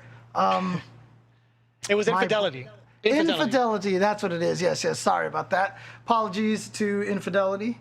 Yeah, this is going to be, that match is going to be sick, dude. That match is going to be crazy. And without a doubt, if this has inspired you to compete as well, be sure to hit up compete.playstation.com to check out all of the competitors, as well as getting your chance to feature yourself in the top 8 if you think you have what it takes, right? If you guys have been just as inspired as we are, honestly, I would hop on right now, but obviously I'm in front of your screen right now. James would probably do the same. But in the meantime, it's very effortless. All you got to do is just type in those words, compete.playstation.com, and sign up for the weekly series to find yourself at the PlayStation 4 Open Series tournaments. And again, we're going to continue on with the Uppers finals after this. Don't go anywhere. We'll be back with more Soulcalibur 6.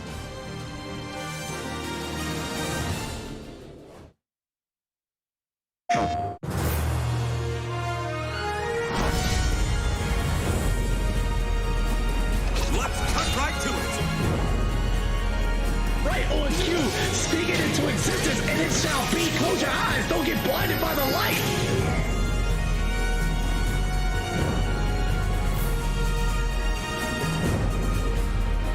Primal, 2 touches, and there it is. Tournament champion. PlayStation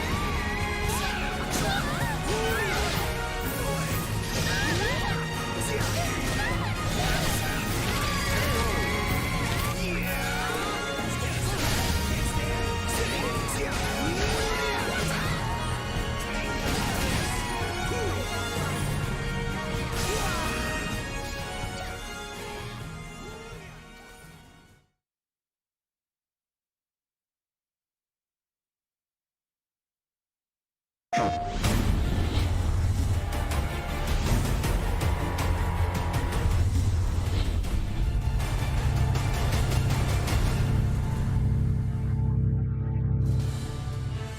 welcome back, everybody, to the PlayStation 4 Open Series Tournament for Soulcalibur 6. This is the North America region. We've come down all the way from our quarterfinals to our uppers finals. It's going to be a bloodbath through and through. So far, it's actually been a bloodbath. Let's take a look, right? 3-0s all across the board from the upper bracket.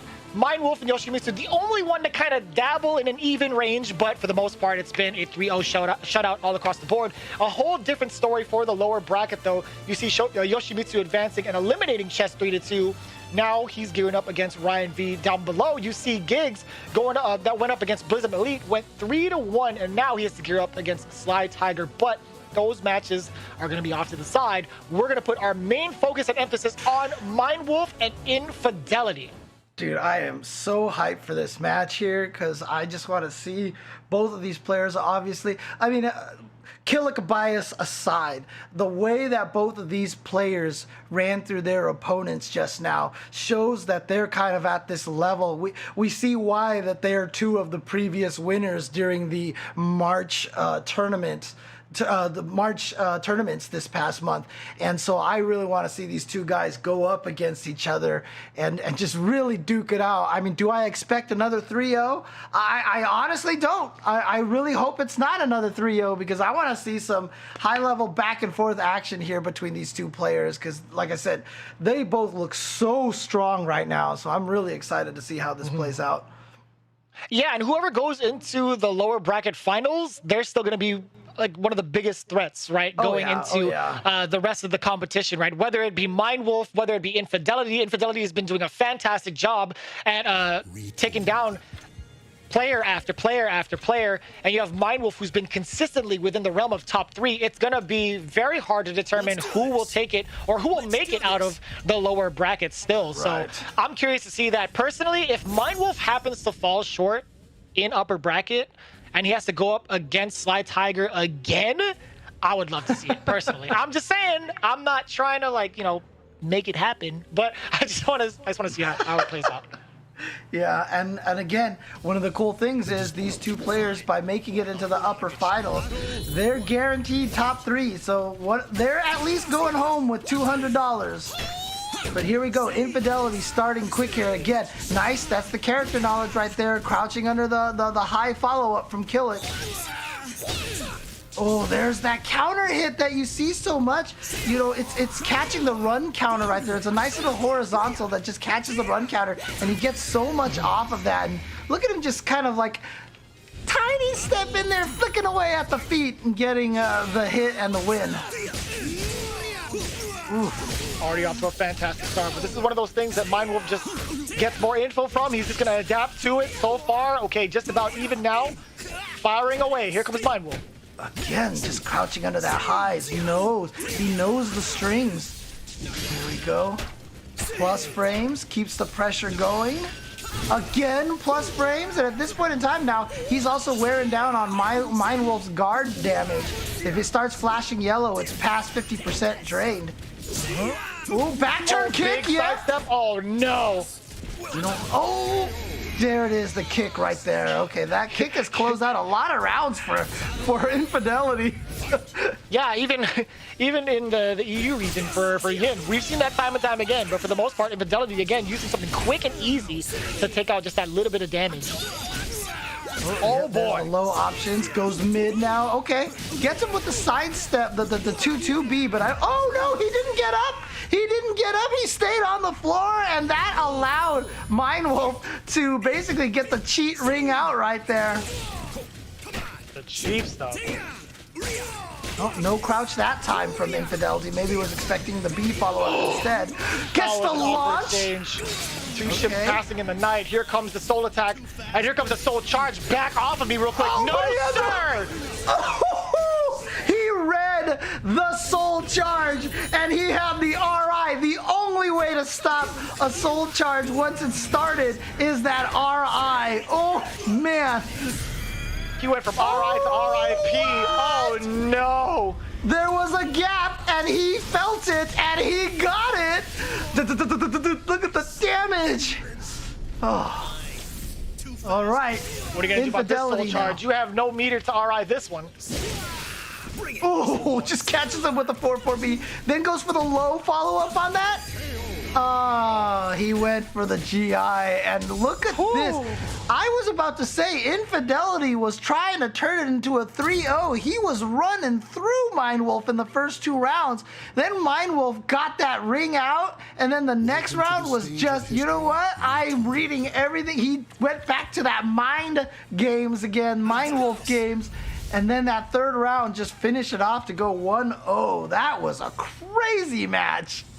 Absolutely ridiculous. It's tough to call it. I didn't even get to see what the poll was. Like who picked what. I'm sure I'm gonna take a look at that later. Oh, so people actually picked Infidelity to take it at 59%. Now I remember. Oh wow. Okay. But it was looking that way in the first part of the game, in the first part of game 1, I should say. But man, it's a whole different story once Mindwolf finally gets started. Solid lead all the way through. Got the monument. Got the monument into the lethal hit. Of course, Monument can only parry the horizontal, so, you know, it's a big call out that way. Nice again. Crouching right under there. Whoa. Not even sure what that interaction was, but Infidelity coming out of the gate really quickly again. But at this point in time, you got to be pretty nervous because Mindwolf didn't mind that, having that, you know, quick start from Infidelity at all before. Not at all. Oh.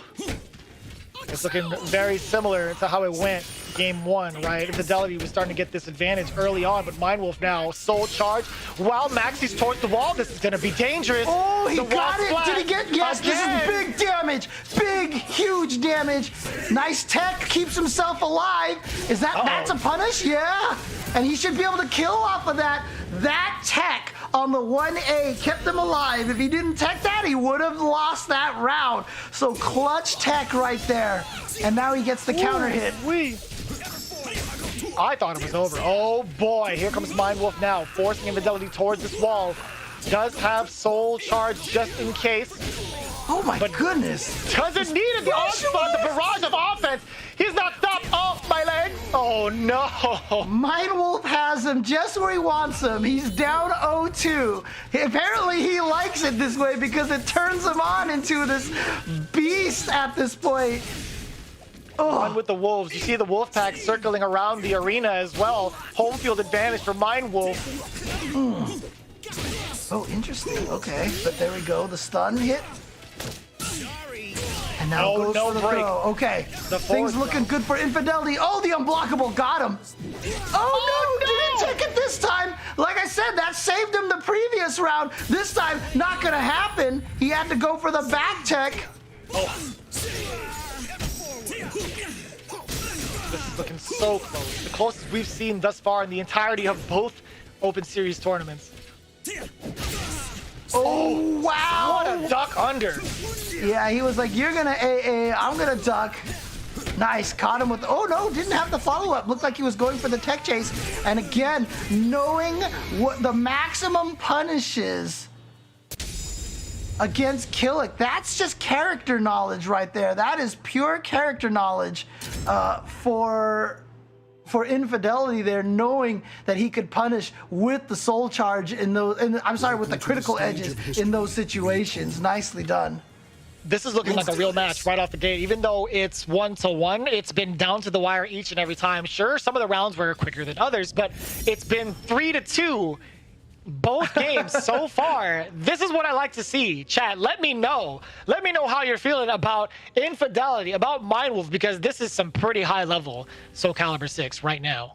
Yeah, and you know, if you guys want to know the extent of just how hype and exciting this game can be, this is it right here. This is what you can expect at the highest levels. All right, good block. Didn't quite get the punish there. Just a little too late. All right, again, the tech. Not this time. Oh, repeat Do it again. The back to the wall again. Do it I'm again. gonna do it again. Hit him again. 3. One more time. Oh he no. went We all mid got set. God. James, we thought it was gonna happen again, and so did Infidelity. He got caught with the launcher instead, trying to duck. We were all sitting here thinking about which way to tech, front or back, and then he threw a mid in there and hit every single one of us. All right. I know in the chat everybody got Schmitz. I got Schmitz. I know for sure. Oh, break attack. Wow, not dead yet, but there it is. You see, that's what I mean. These certain kills that cause these exaggerated bounces, they're awesome. I love it. Oh, there we go. Oh, trying to get to the wall? No, not close enough. Because that would have been big damage had he gotten to the wall. Uh-oh. Here we go. Soul Charge activated. Oh, big whip punish. Yeah, that thing is plus on block, the 668 plus B, but it is so no range. There's no range on that thing. But it's plus. So yeah, you can see the respect, the crouching right there, getting caught. Mind Wolf now 1 round away from going up 2-1. Just running towards him, no fear in his heart, but still, Mind Wolf keeps him in check. Trap has been laid. Now, what will Infidelity do to get himself out of this corner? Interesting. That's -2 in that situation, but Infidelity not trying to take advantage of that. Ooh, what a sidestep! Oh, and it was towards the wall, so he gets the max damage here.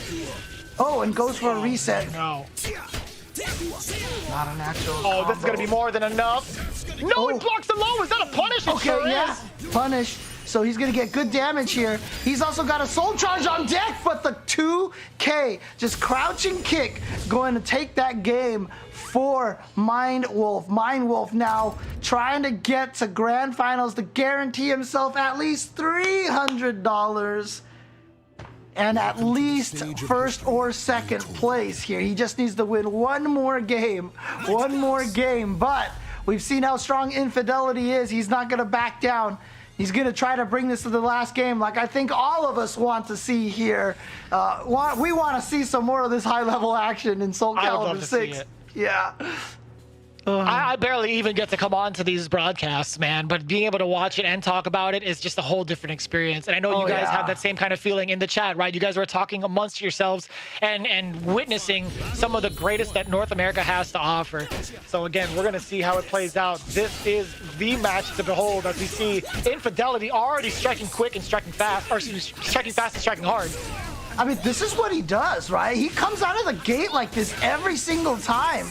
He just bursts out of there, and he's trying to work on a perfect here. Almost had it, but oh boy.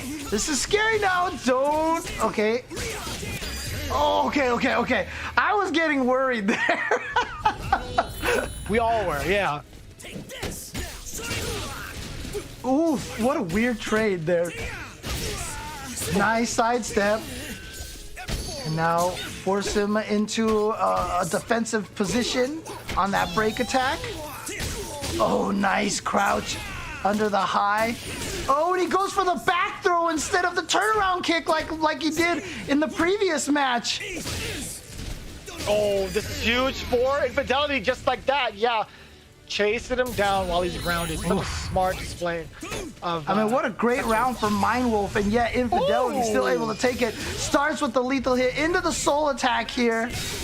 And you know what? Soul charge to counter, that's plus, and he doesn't care! He just went at him! He said, you're gonna try to steal a turn, I'm gonna punish you for it, but here comes Mind Wolf now. Oh, again, this 6-6B is so terrifying when he's in the wall splat into... Oh. What is it, James? No. What is it? He's probably good. Dead? Yeah, dead. Okay, there you go. I wasn't sure, but yes, is it gonna kill? It I was waiting for the setup. That was the setup, James. That was it. I know. I'm sorry. I had no confidence. Speaking of confidence, Infidelity already swinging right out the gate here in round number 4. Oh boy, back towards the wall again. The splat 2 times over. Again, there's a second splat. Look at the damage on that. What game is this, James? I thought we were playing Soulcalibur 6. What happened? I know. That was 14-hit combo right there. I mean, we had talked about how rare it was for Talum to get like a 16-hit combo, but Maxie's like, let me show you how this is done. 14 hits, super damaging. Woo. man. And yes, we have our game number 5 here in upper finals. Woo. Man, this That's has what I'm been talking good about. stuff here. This has been good hype stuff. I like that too. Just the stage they played on. No chances for a ring out. We get to see how much potential some of these characters have in terms of wall splat damage or just like wall combos, the damage off of that. I love seeing that kind of pressure and how the defense plays out too. I want to see more of that. But for the most part, we change stages. We do have an opportunity for a ring out, so we'll see how either player takes advantage of that. Yeah, it's so odd when Killick tries to do that and extend on the pole. The pole is very much hittable. Oh, not in time. Yep, that's a punish. And look at this. Just like clockwork, Infidelity coming out of the gates, swinging and getting that first round real fast. Oh, nice GI there. Yep, got the re-GI. Not close enough to the wall to get the splat, but just going to get the throw instead. Yep. Uh-oh. Dangerous territory. Yep. You can try to knock him over this wall. He's definitely going to try there it. the wall's He's 100% going to try it. The fence is gone. What? The wake-up attack. I thought that was punishable, but I guess not. Oh, did he get him? That's so No way! No way! The tip of the nunchuck punished Mind Wolf for the ring out? One man has got a pole, the other's got the nunchucks, but I swear, you talked about that arm length from Maxi. I think that's what's helping him out over here with the range on that. That was disgusting. Swinging for the fences, doesn't even have a baseball bat. Oh, look at that reaction. If you get hit by that, it flattens you so you can't combo into the super, into the critical edge. But he still had the combo after hitting him with the back parry B attack. If he blocked it, he would have died. And if he got hit, he died. So it was... Oh, no. Oh, but here comes Infidelity now. Are we going to the last round? Can we get... Oh, what the heck? The stun again. All right, yeah, Too just intense stopping to right call. there. Looking like match point right now for Infidelity, but still, Mind Wolf literally on the fence, and he's out of there! He's out of there! Infidelity takes it over Mind Wolf 3-2 with the rounds 3-1. That is actually ridiculous. I'm telling you, man, Infidelity is in a whole different state of mind right now. Mind Wolf was trying to go for so much air control. He was like, stay in, stay in, stay in, and he couldn't manage to do it. Got popped right over that fence, and there you go, home run for Maxi. This match was just, I mean, this is like one of the highest damaging combos that you can get for wall splats. Killick, if he hits you with that particular starter, can get so much damage, but the punish on that was ridiculous. There were so many replays to choose from too. Kudos to production for picking out some of these moments because there were so many hype instances in this match. This was probably the marquee match that I was waiting to see too. There's a perfect distance on that wall spot there. And then the reset. God. Oh Look at my this god. pressure. Oh. Nasty. Absolutely nasty. Both of these players, again, some of the best that I've seen. Woo-wee. And this is that moment, right, where you got the multiple wall splats? Yeah, look at this. It's just, this combo doesn't stop. The combo video and a perfect, that's nasty. Also, this whiff punish This was godlike. Oh my. And the fence had just broken. It was perfect right there. That whole thing of him aiming him to make sure he was aligned with the gap in the fence. That was the most, I can't believe that reached so far. Like, I got hyped for it, but at the same time, it's like, oh my God, if you're Mind Wolf, you are just like, really? Really? Did that actually happen? Oh. He knew what he signed up for, James. He knew what he signed up for. It's not going to be the last we see of the Wolf, right? Mind Wolf sitting nice and patient over in the lowers final bracket, awaiting his fate between two more competitors. We're going to see how that plays out. But man, we still have so much to go through for the lower bracket, for the lower semis, I should say. I'm just flabbergasted right now. Well, it's gonna be Yoshimitsu 6 versus Sly Tiger. Yoshimitsu 6, of course, with the I think didn't they both lose to Mind Wolf? Yeah, I think they did, didn't they? No, Sly Tiger actually lost to Infidelity. I'd have to take a look at that. Yeah, I'd have to take a look at the bracket there. But they're in losers bracket. They're running to each other now, and are gonna have to go up against each other. Sly looked really strong in that first game, but just ran into a strong opponent. And so let's see what he can do here, continuing on the lower bracket side. See if he can actually continue forward and try to get a run all the way to grand finals. Of course, we all know that Mind Wolf is just waiting there in the lower finals. And so we see, again, majority of the folks at home are voting for Sly Tiger in this matchup. Who's running through a good amount of opponents, right? He did fall short to Mind Wolf in the run back from January, but it was a very similar situation, right? But we'll get into that in a little bit. I did emphasize it a little bit, but we'll talk about that afterwards. Both of these players did lose to Mind Wolf, I remember now, because, yeah, it was Killick in both of those matches, I'm pretty sure. So there you go. But now it's going to be Talon with Sly Tiger and Yoshimitsu with Yoshimitsu. Yeah, it doesn't matter what order I put that in, it works anyway. So yeah, that was correct. Yeah. Mind Wolf did indeed take down both. Yoshi 6 with Yoshi. So let's see how this goes. Yoshi, of course, I mean, he's one of those characters. You know how there's just certain characters in certain fighting games that you could only play them if you're kind of a troll personality? That is where Yoshimitsu lies. So let's see what Yoshimitsu 6 has got here. You think so? I think he's pretty good. Oh, he's definitely no troll. Character being a troll doesn't necessarily mean they're bad. Okay. I have different. I have different standards of troll characters. Okay, fair enough. It's just one of those situations where you like to beat people up in the most embarrassing ways possible, you know? There's a good start for Yoshimitsu 6. And we see how often Yoshimitsu gets to put players into the corner just like that, right? That's going to be the main goal for Yoshimitsu, except when there's an edge or there's a possible ring out scenario, you know, it's a whole different see, right story. there, whenever you see Yoshimitsu go into the air like that, taking the low kick option is usually just a better choice because that's the most damage you're going to take until he gets the soul charge. And then, look at the damage on that. Oh, the thing has so much damage. Oh, and got the stun. Yeah. Other than 2B, that wind blast is so sick. Wind cannon. Yeah, that thing is so much damage. And it's one of those moves that, it's like, you know, when you land one of those moves that just you don't get to hit very often, but it just does chunks of damage. It just feels so good.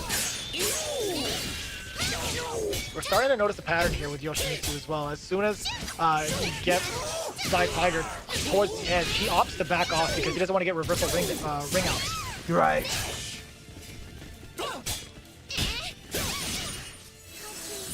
Oh. No, just activating the charge.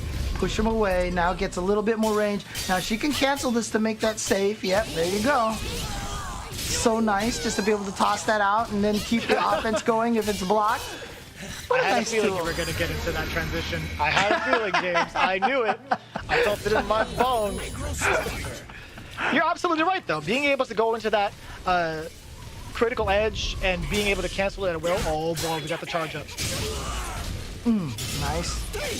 Still has the powered up range right now. She loses that if she gets knocked down. You can see on the symbol over there. Still hasn't been knocked down yet. Nice defense so far. Gets the counter hit. And now Yoshimitsu close to being guard broken. That's what that was all about. To try to break the guard. Here comes again. Yep. Going to get the guard break now. Jeez. That's Sly Tiger. That's Sly Tiger all over it. 3 rounds to 1 in a convincing fashion. Ready, aim, fire! So much damage. I knew it was coming too. As soon as you got the guard crush, I'm like, okay, we already know what sequence is happening.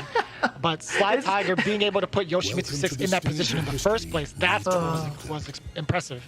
Yeah, and you know, again, the guard break is such a scary situation to deal with in this game, because once your guard is almost broken, it's just terrifying. Now, there are ways to build it back, activating Soul Charge. If you land a successful GI, you can actually gain some guard meter back and such. There's little different ways to do that, but they all require big risks like that. And I mean, if you're whiffing GIs, you're actually eating away at your own guard meter too. You could just put yourself in red if you just go GI, GI, GI, GI, GI for no reason. That's true, yeah. The more you whiff any sort of action, the lower your guard game gets, right?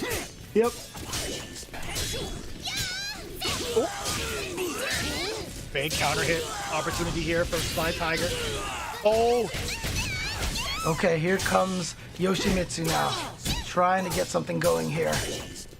Look at this, close to the edge, nice! She has the ability to reverse ring out really well with that 3B, but didn't need it, just gets the kill anyway. And that's the first time we've seen Yoshimitsu actually pursue Sly Tiger close to that edge, right? Of course, I felt like he was at such a life deficit that it solicited that course of action. But it's no avail. Sly Tiger just with the defense, and now starting off pure offense. Sly Tiger trying to keep that pressure going as Talon does. Nice, gets that break attack at the end to keep the offense going. You see the empty flight right there. I guess you can't call it an empty jump. Oh, 2 point away, but there's that 6K again. It's so fast and it hits great range for the speed of that attack right there. And it's actually strangely difficult to step that kick as well. Uh-oh. Uh-oh. Uh-oh. Oh, no, wrong angle. Oh, still the air control, but that kick is guaranteed after the. Oh, you're in. See, the thing is, like, you sit there and you go, man, it sucks to lose to a ring out. But honestly, that was Sly Tiger's fault. He got a little too aggressive. He did the side switch himself. He put himself into that position to get rung out. And so that was actually a big mistake by Sly Tiger. Yeah, overextending can really bite you in the end, especially with ring out mechanics, right? He had the life lead, a significant one, was chasing down Yoshimitsu laterally to kind of force the error, but still decided to overextend. Here comes Yoshimitsu with full momentum, tying it up here in game number 2, looking to put himself on the board. That was a great sequence offensively from Yoshimitsu 6. Man, that one side switch where he put himself to the edge to get rung out, could come back to bite Sly Tiger so badly. And hopefully, I mean, if he does lose, hopefully it doesn't mess him up mentally, but it's not over quite just yet. But you can see a little tentative. I sense some nerves on Sly Tiger's part right now, and now a danger of getting rung out. But Yoshimitsu knows he can be reverse rung out, so he doesn't want to deal with that. So you see him backing off. But now wants to activate again. Like I said, if he goes to flight right now, his low option actually starts to do a ton of damage. So actually, you know what? He landed, had the meter, spent the meter for the extension, and he takes that game indeed after the Sly Tiger was right there. He was right there, just needed to do a tiny bit more damage. He side switched himself, got rung out, and then the momentum completely flipped. Yeah. Very close exchange so far. Exactly what we wanted to see. I didn't want to see a 3-0, to be honest with you. So this is great to see the back and forth from Yoshimitsu 6, really picking and choosing his spots when he wants to pursue on offense while Talon is at the edge, right? That's a pretty significant detail. So now I'm kind of curious, will it change anything if there's a stage with nothing but walls? Is that going to change for the benefit of Yoshimitsu, or is it just going to be another day at the office for Sly Tiger? All right. We just want all these matches to go 2-3, 3-2, 3-2. That's all we want. That's all we care about here right now. We're close to it right now. We're starting off here with a 1-1. Okay. Nice, there's that from crouching 3K. That move is so good for Yoshi. Like I said, he actually gets decent damage off of that, and he has a lot of options for following up, so he can do this to push you a little bit further, or he can set up a lot of different things with that. Oh. All right. And I like the flight mix-up, the flight options, right? To kind of keep Sly Tiger guessing. Ooh, yeah, he went for the RE into the Wind Charmer cancel, but that Wind Charmer cancel empty has a little bit of recovery like that. He tried to swing and Yoshimitsu got him first. Oh, throw out of the back turn stance. Plus frames again. All right, and there you see Yoshimitsu trying to get into his own offense, but Ooh. Sly Tiger trying to go in there. Readjusting themselves back towards mid-screen. Sly Tiger has full advantage here with that life lead and just the positioning itself. Yoshimitsu couldn't take that risk. All tied up. Oh, there's the low option off of the Wind Salt. Okay, activating the Soul Charge, just wants to get him off of him, and then also he's going to build a free meter anyway if he loses a round, so you might as well spend it here. Going to build a lot of that meter back up after it runs out if he can keep going here. Actually, he is about to take this round if he can just get a couple more hits. Yep, there's a couple right there. Plus, kick again, that's 6K. Oh, wow! What a Actually sidestep. did get the sidestep around it. Like I said, not easy to do. One Here more we sequence is going to be more than enough. The low gets blocked. Guess what? That's 6K. I mean, he got the RE blocked, and then he just went right into the 6K, and that was it. That move is so fast. What is the frame data on that move? That move is so fast. It's so good. Uh-oh. We won't even get that answer before this round is over. Honestly, Sly Tiger all over it against Yoshimitsu. That's just going to be enough. 2-1, exactly how I mentioned, James. You weren't getting that answer anytime soon. I'm still looking it up, and it's like, I was waiting for chat to kind of like type it in, but there was no way. Yeah, At the it's pace, 12 frames, dude. It's a 12 frame move. That's the fastest practically. Like, there's a few very rare 10 frame moves. 12 frames, like if you have a 12 frame, you're happy. And that range and that speed is amazing. By the way, you know, shameless plug for them. It doesn't cost any money. It's free, so whatever. But if you can get Soulcalibur on your app, if you really, really want to learn some Soulcalibur, it is a wonderful app. Like I said, it's free on iOS. It's free on Android. Just grab it. Beautiful interface, really detailed, wonderful app. I carry it with me everywhere. Sometimes I lie in bed at night trying to sleep, and I'm studying frame data in Soulcalibur, dude. It's really good, dude. without a doubt, without a doubt. Sly Tiger now up 2-1 against Yoshimitsu, already starting off in a quick fashion with that offensive onslaught, but now towards the wall. He's trying to reposition himself away from the wall, does a great job doing so. Now Yoshimitsu on the back foot, close to getting KO'd or rung out. Yeah, both. Mix of both. Why not both? Yay! Pretty much. Pretty much. Oh, man. Oh, there's a lot of empty flight into nothing from Yoshimitsu 6. Doesn't really commit to a lot of the mix-up options. I mean, obviously, like the low option is punishable and such. So interesting that he goes with that though, and hasn't really tried to force a mix-up on the Sly Tiger.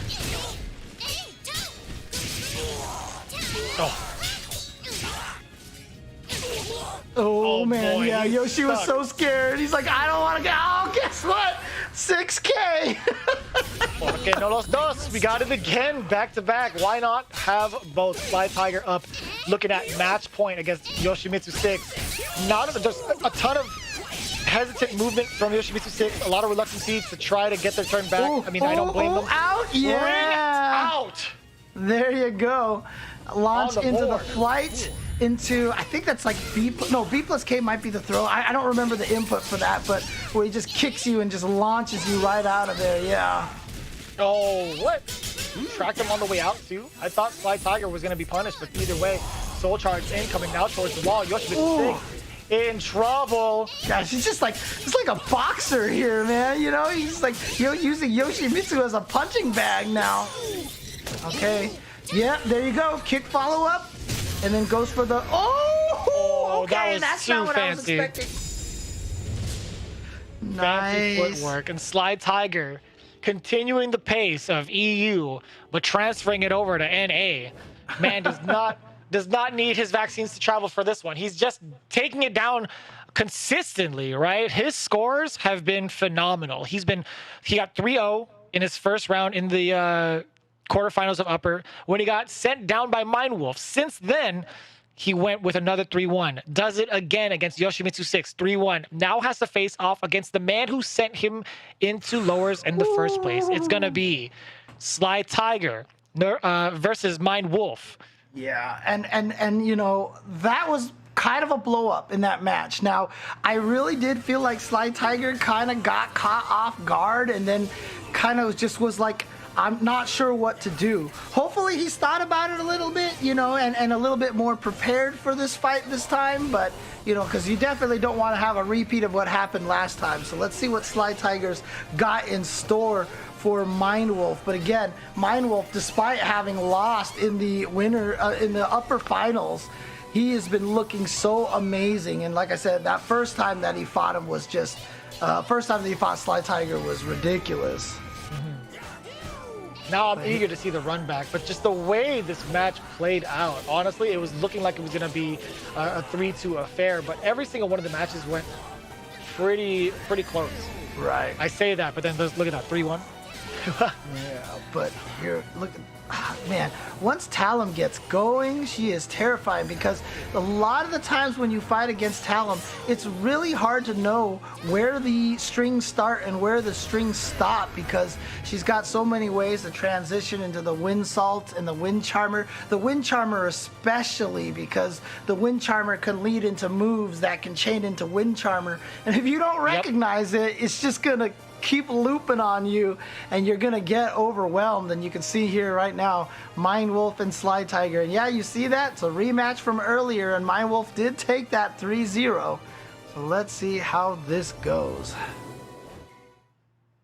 So we have here again Mindwolf versus Sly Tiger 24. This is the run back. This is going to be not only from today's PlayStation 4 Open Series tournament, but from the one back in January. Again, I cannot stop mentioning this. There was such a dispute over in grand finals. Like Sly Tiger came in from losers or from lower side, reset the bracket, and took it all the way against Mindwolf in a 3-2 match. So this is it. This isn't even the grand final stage. This is still lower bracket. It's going to be Mindwolf versus Sly Tiger, and honestly, it's going to be a coin toss. Yeah, I wonder if it was one of those things where Mindwolf, after he lost to Sly Tiger, was like, this will never happen again, and then just like studied that matchup to death, because that's what it looked like on the winner side. However, like I said, it's just one of those things whenever you lose, and if you're a competitive player, you're going to try to figure out the solutions to that. So let's see if Sly Tiger can figure anything out quickly, right? Because I mean, he didn't have a month or 2 months to think about this one. He literally had maybe an hour to think about this one. So let's see what he comes up with here and if he can counter what Mindwolf did the first time they met each other in this tournament. You know, on the other hand, I feel like Mindwolf has gotten sharper and sharper each and every one of these rounds. You really saw the full potential of what he's about against Infidelity.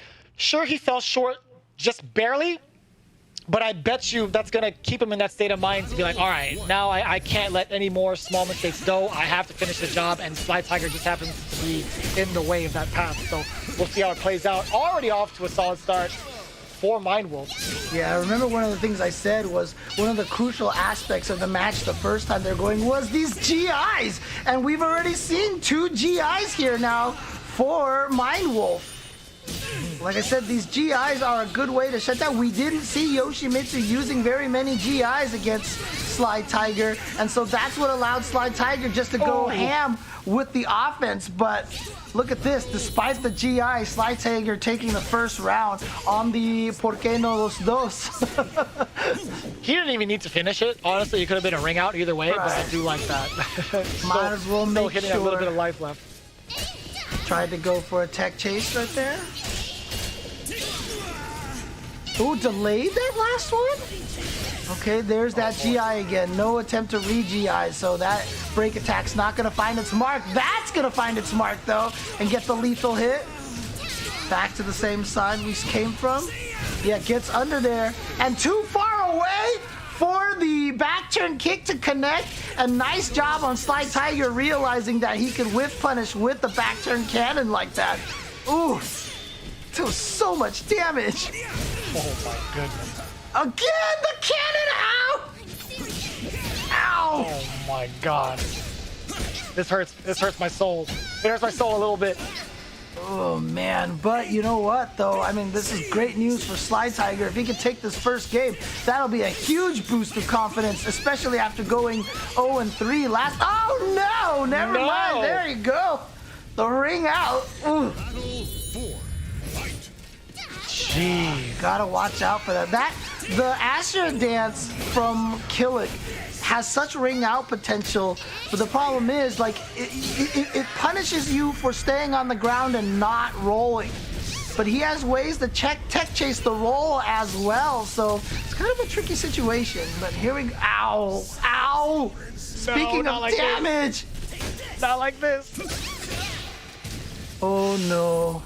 If Mind Get Wolf off. can make this comeback here and take this game, that is gonna hurt. That is gonna be a big damage to the psyche of Sly Tiger. But this is good, getting the hit. Now remember, while Killick is getting hit, he does not lose. That a punish? He knows. He knows too much. He knows every time he can punish. As he should. As he should. He's in the top 8 for a reason. As he should. Oh no. Oh no. Here we go. 2-2. But Sly Tiger coming in here with all of the resources. Better activate those resources, man. Oh boy. Oh. Here we go. Gets the soul charge. Once again, Oh, the movement. While standing B, got him. Oh, yeah, no. that should punch. Yeah, there you go. Punchy, punchy. Get some damage here. Gonna still be charged up. Runs right in there. Runs right back in there. Doesn't get the best of Oki on that, but oh, no. Yeah, hits her out of the air. Okay, doesn't follow up. Yeah, he was expecting the third kick. The third kick in that sequence. He only did the first two, and by the time Sly Tiger realized that he was only doing 2, he tried to swing, but it was too late to take that turn. Killick is definitely minus in that situation, but you're waiting for the third hit and it doesn't come, and then he just got caught because he reacted too late. And there you go, the reverse 3-0 from Mind Wolf, and that has got to hurt the psyche of Sly Tiger there. Let's go. Wind is calling me. You know, I mean, we've seen Sly Tiger make comebacks before, so we'll see how it plays out. Again, this is one of those situations where Sly Tiger, again, being on the back foot, has so much to work with still. He's not going to be deterred mentally, right? He's been in this situation before, specifically against Mind Wolf back in January. Again, I can't emphasize that enough. So there's still going to be so much more coming from Sly Tiger. But I'm liking the pace that Mind Wolf is setting already. Wants to make sure that he doesn't even have a chance to think about what steps to take mentally. So he's trying to be the Mind Wolf in this scenario, trying to be the alpha. Oh, nice GI, but no re-GI, so that break attack's not going to catch its mark. Now, sometimes if you think they're going to try to break attack like that, you can try to sidestep it and punish them. Oh, what? That was a punish. That's like a, what, I-20 punish? What did he punish right there? I'm going to have to study that. Because that's a lethal hit if it's a true punish, but it's an I-20. There's not a lot of -20 move out there. There's that 6K again. Oh. Trying to angle it so that he can get this ring out here. You could, oh, he's trying to go for the cannon. Oh my god. That might have even killed. That might have not even needed the ring out. Got her! A little too late. Honestly, Mind Wolf was ready for it and just waited for Sly Tiger to make a move, but there was just a split second of just hesitancy, and Mind Wolf took full advantage of that. And then he just caught him out of the run count with the run counter right there. That wasn't a normal combo that he finished with, but a counter hit combo, yes. And here we go, RE. Nice dodge! Oh wow, went for the Does that work normally? Oh my goodness. Oh, this is big damage. No, he didn't get the second splat. He didn't get the second splat. That wasn't quite out. Oh God. You gotta be kidding me. Mind Wolf with the patience, just about to get wrung out, but still maintained that defensive, well, I was gonna say defensive position. Yeah. Oh man, there you go. The tech chase right there, attempting to catch the non-wake up. A mental composure from Mind Wolf has just been ridiculous. Right, gets away, yeah, just backs away. Nice block on those. Ooh, I think he tried a GI. It was too late. Ooh, gonna get the lethal hit on that. Not gonna quite get the ring out situation because he moves forward on that combo. Hitting off the ground, trying to bait her into crouching there with the launch. Oh, did he touch him? Touch the button. Tried it. It was a little bit too close for comfort. Honestly, Sly Tiger making the most of his meter, barely getting that finisher against Mind Wolf. Very clutch. Pushes him away, plus tries to go for the launch. There's that 12 frame block and punish. Nope, she was not doing anything. Yep, so you can definitely react to that with a crouch if he just does it raw like that. It's 12 frame startup, but that's enough time to get the crouch in there. Oh, yeah, the RE. It's smart to let that rock, knowing that that hit was gonna kill. Sly Tiger trying to get on the board here. Remember, Mind Wolf was one who had a 2-round comeback last time. Maybe Sly Tiger can try to do the same here. Oh, good. Yeah, Soul Charge, get off of me. Yeah, build that space, and try to get his back to... Ducked it completely. Oh no, he did not punish it properly. I feel like it. Wait a minute. What do you mean, James? What do you mean? That was a full-on combo. I don't know if you... I don't know how you would fully optimize it. Because Dude, that looked pretty optimal to me. That was like some Kratos stuff right there. It was like, I'm not happy enough just to beat you up. I'm going to destroy all of the environment first. Breaking this part of the fence, breaking that part of the fence, and then I'm going to knock you out of the ring. The no offense, huh? I got you. I see what you're doing here, James. That was quite the punish. That was, what, 65, 70% punish? That was huge, man, and it wouldn't have mattered because he just got wrung out anyway. So yeah, nicely done. So there you go, Sly Tiger on the board. Let's go 1-1 here. No 3-0s here in lower finals, ladies and gentlemen. It is 1-1. It's exactly what we want to see. We want to see a bunch of matches. We got to see a little bit more from the NA region, as expected. Good start, yeah. Oh, nice. Transitions into Monument to the low option. Too far. This defense right now from Sly Tiger, I like the patience. The first time they played against each other, I felt like Sly Tiger was kind of on autopilot. Wasn't really playing solid defense, was just kind of doing stuff. Nice tech. Gonna be able to stay up. Ooh, what a sidestep. Out of there, spending the meter. Good choice for Mind Wolf. But look at this life lead, plus on block. Oh, and then running in with the A, the 6-6A. Gonna clip her out of the air. Oh. Trying to bait out a little bit of movement. Mind Wolf all over it. Found an opening. This Sly Tiger now pushing. Oh, just a little hop over. Oh, got the wall splat. I don't think he realized that was gonna wall splat there. Otherwise, he could have got some massive damage off of that. Agreed. All right, activate into the soul attack. Yep. The soul attack charges him up, also puts him in a massively advantaged situation if you hit with it like that. But look at this.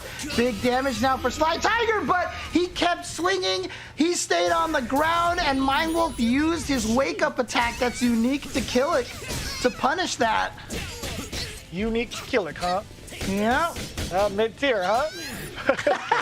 I'm totally kidding. Hey, look, Ebonic, Plague, and KP would know better than me, so... Look, I am not the best judge of characters that I play in fighting games. Let me tell you that right now. Oh no! And the wall splat's not gonna be more than probably. enough. No, not quite. Not quite. It not wasn't yet. gonna. Just gonna be just incoming. shy. So he went for the reset situation just to keep the pressure going. Here comes Sly Tiger. This needs one more hit. Right there. What? Sly Tiger managed to crouch under the 2 high attacks, but he did not react fast enough to punish that with a Wild Rising B or even a Wild Rising K would have done. Oh, it's the damage. Oh, the cannon. It hurt. Oh, Okay, but gotta watch out. Oh, that's the one. Why does that hit so far away? It hits so far, and it sends him flying. It's Why? got a lot of startup, Jeremy. It's you can see it and block it. It's a slow move, okay?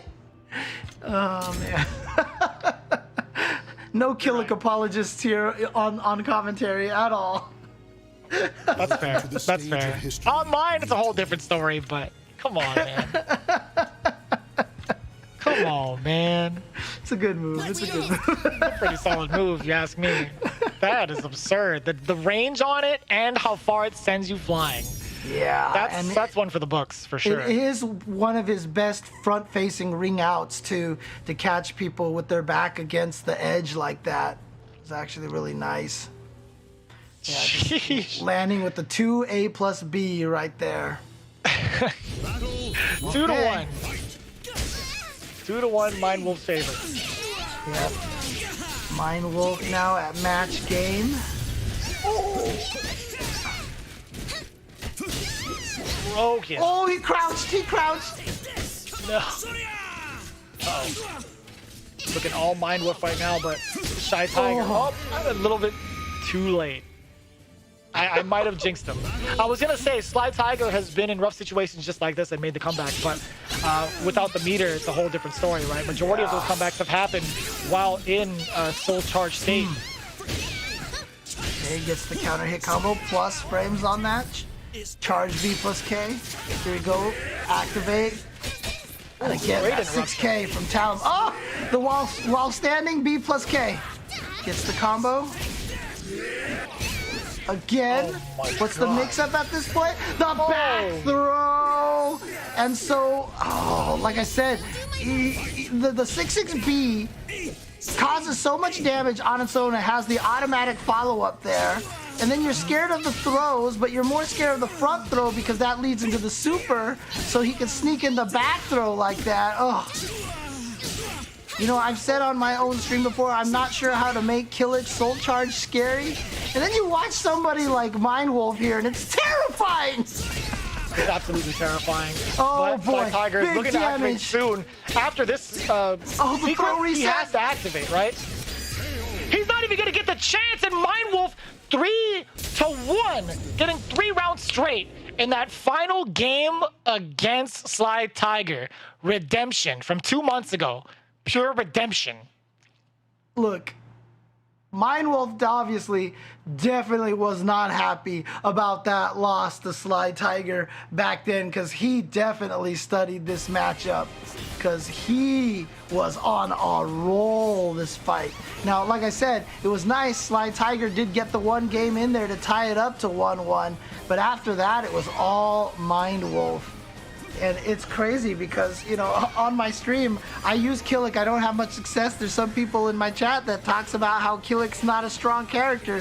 But you look at what Mind Wolf is doing, this character looks ridiculous. But this combo was sick. Oh my god.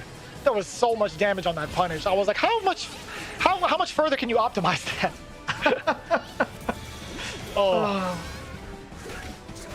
It was such a fantastic sequence. Just the back and forth between those players. That is unnecessary. That is unnecessary, James. And then there's that 6-6B again. And now the 2-2B, the 8-8B to get the punish there. And then the monument into nothing. He did monument into nothing. And so you think that monument is coming. You're like, oh, shoot, I better block. And then he instead threw and caught him off guard. Finished him off with the 1A. and he is going back to grand finals. And Mindwolf versus Infidelity was a 3-2 match the first time. So this gonna be a good one, you know. I need that gif of the guy bringing out the lawn chair and just going boom and then sitting down on that, because that's what everybody at home should be doing and getting ready to enjoy this high-level match between these two players. The first one was a doozy. I can only imagine the second one is going to be a lot of the same. That was Jason Momoa, right? Where he just like gets the pop-up lawn chair and just sits it down. Oh, is that him? I think so, yeah. Oh, dang. I didn't know. Oh, that's cool. I was thinking about Aquaman. Man. I was like, who played Aquaman again? It was like Jason. Yeah. It was Jason Momoa, yeah. Yeah, That's okay. pretty funny. That's awesome. Let's take a look at the that was him. from both players. Infidelity versus Mindwolf. You see the vast difference in games played, but the win the rates. same exact win rate. Correct. Wow. Okay. No wonder this match was so good last time, and it's going to be a little bit of the same. Now, just as a reminder for those people who are watching this unfamiliar with double elimination brackets, Infidelity is still in the upper bracket. The only way you can get eliminated out of this tournament is if you lose while in lower bracket. Because Infidelity is in the upper bracket, Mindwolf has to beat him in a set of 3 out of 5 to send him to the lower bracket, and then beat him in another set of 3 out of 5 to actually win the tournament. Meanwhile, Infidelity only needs to win 1 set of 3 out of 5. I know that sounds lopsided, but that's your reward getting there without ever having been sent down to lower bracket, and we've seen it happen time and time again at events where the player from the lower bracket comes in and like 6-0s the opponent because they just get on a run. So it is definitely possible. Look at although it's a daunting task, it's still a rewarding one, as both of these guys are getting paid. But poll results, yeah, you were just about to mention, right down the middle. 50-50, and you can't have asked for a better poll result for this matchup coming up, because like I said, I'm excited about this match. I know Jasmine here is excited about this match, right? It's not about food at all. You're just here excited about the Soulcalibur match, Kat. Can't talk about food right now, James. We're going right into the matchup. It's going to be, again, a fateful showdown between Infidelity and Mindwolf. Oof. But it's gonna be the friends. It's gonna be the buddies, the lore friends, Killick and Maxi. In fact, when Killick activates Soul Charge versus Maxi, he says something like, "I'm sorry, Maxi," or something like that. No way. Yeah. So these guys are good buddies. So this is actually this is probably like a Ryu and Ken sparring, kind of thing. So you're telling me I should pick up Maxi now? Is what you're telling me? Because you're a Killick main? Yeah, so we can spar. Sure, let's do it. I'm down for that. I gotta get the Lee Long skin though. Oh yeah. Does he have one? I don't know, but I'd hope so. That'd be awesome. I want that. Ooh. Oh, the wall's flat. That's game over. 100%. Mindwolf with no intentions to keep it a long-winded battle, right? Just going straight into it. Mindwolf's awareness of where the wall is and going for those counter hit wall splats like that are so impressive. And there's that crazy trick into the back turn kick that he has. That's such an interesting setup. I never knew about that, and I'm definitely stealing that. Yeah, and you get the side switch as well, pushing the opponent back to the corner, but still Infidelity managed to fight his way out of that situation. Now it's going to be Mindwolf trying to get the upper hand here in the mid-range. Couple of pokes here. Infidelity trying to counter hit, or at least trying to whiff, but no avail, no tech on the throw, and that's going to be 2-0 so far for Mindwolf in rounds. All right, so Mindwolf here starting off strong. Oh, see, it's not that far, Jeremy. It doesn't reach that far. You saw a whiff right there. Yeah, but he was already preemptively sidestepping. Whatever. Oh, man. It's still a good move. Here we go. Soul Charge from Mindwolf, and in such a great position to do so. Infidelity tried to prep himself prior by sidestepping. Oh, yeah, he tried to catch him. Right back. Yeah, if he had blocked that, he would have been dead, because that would have been guaranteed critical edge. Oh, my God.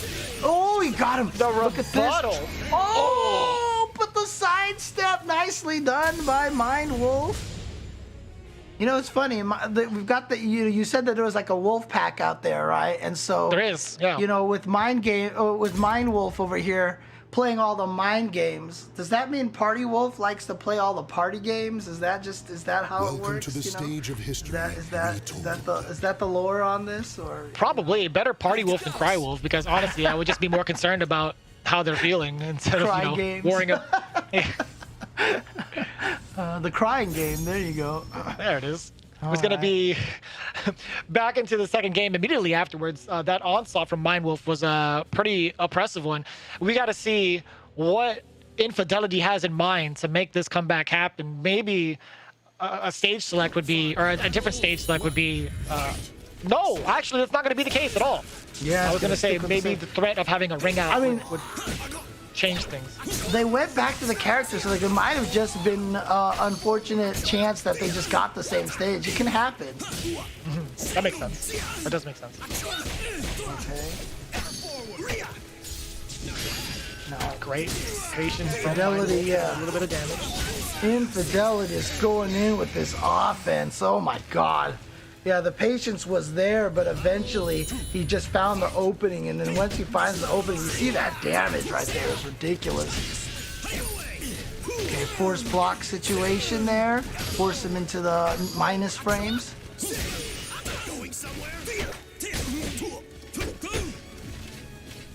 Now Mind will just be adjusting himself to kind of figure out a way to push Maxi into the corner as soon as possible, but Infidelity is not having any of it. Another counter hit. Oh, he could have tried to actually whip punish punished. Yeah, he could have whip punished, but now look at this. Infidelity going up 2 rounds to none. Infidelity trying to tie this up 1-1 here in the first set. Remember, this is the upper bracket set here. Oh. A big counter here, but still here comes Infidelity now pushing Mind Wolf towards the corner. This is huge. No, he missed! He missed the follow-up. Yeah, Soul combo charge. drop. So he's gonna activate the soul charge here. We know how scary he can get in here, but we also know how scary Mind Wolf gets when he activates this. Oh, does he get the splat? No, just a little too far. So just the OTG. You better do something. Oh, he tried to go for the throw, but he actually got up a little slower than Mind Wolf was expecting, but there's that wake-up attack again. Okay, good exclusive.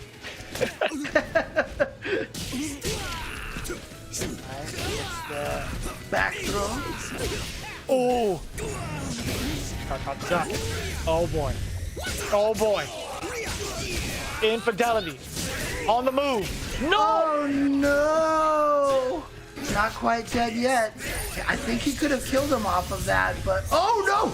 Oh no! He actually tried to re-GI or something. This is gonna be big damage. He's gonna get the wall splat on that, and now he just needs 1 more mix-up. No, 2 more. And yes, Infidelity with the comeback, tying it up 1-1. This is what we want to see.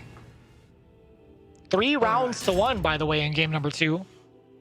Very similar fashion as to how Mind Wolf finished off Infidelity in game number 1. And again, in that situation where all you have to do is just throw out that mid, it's very, very low risk, high reward.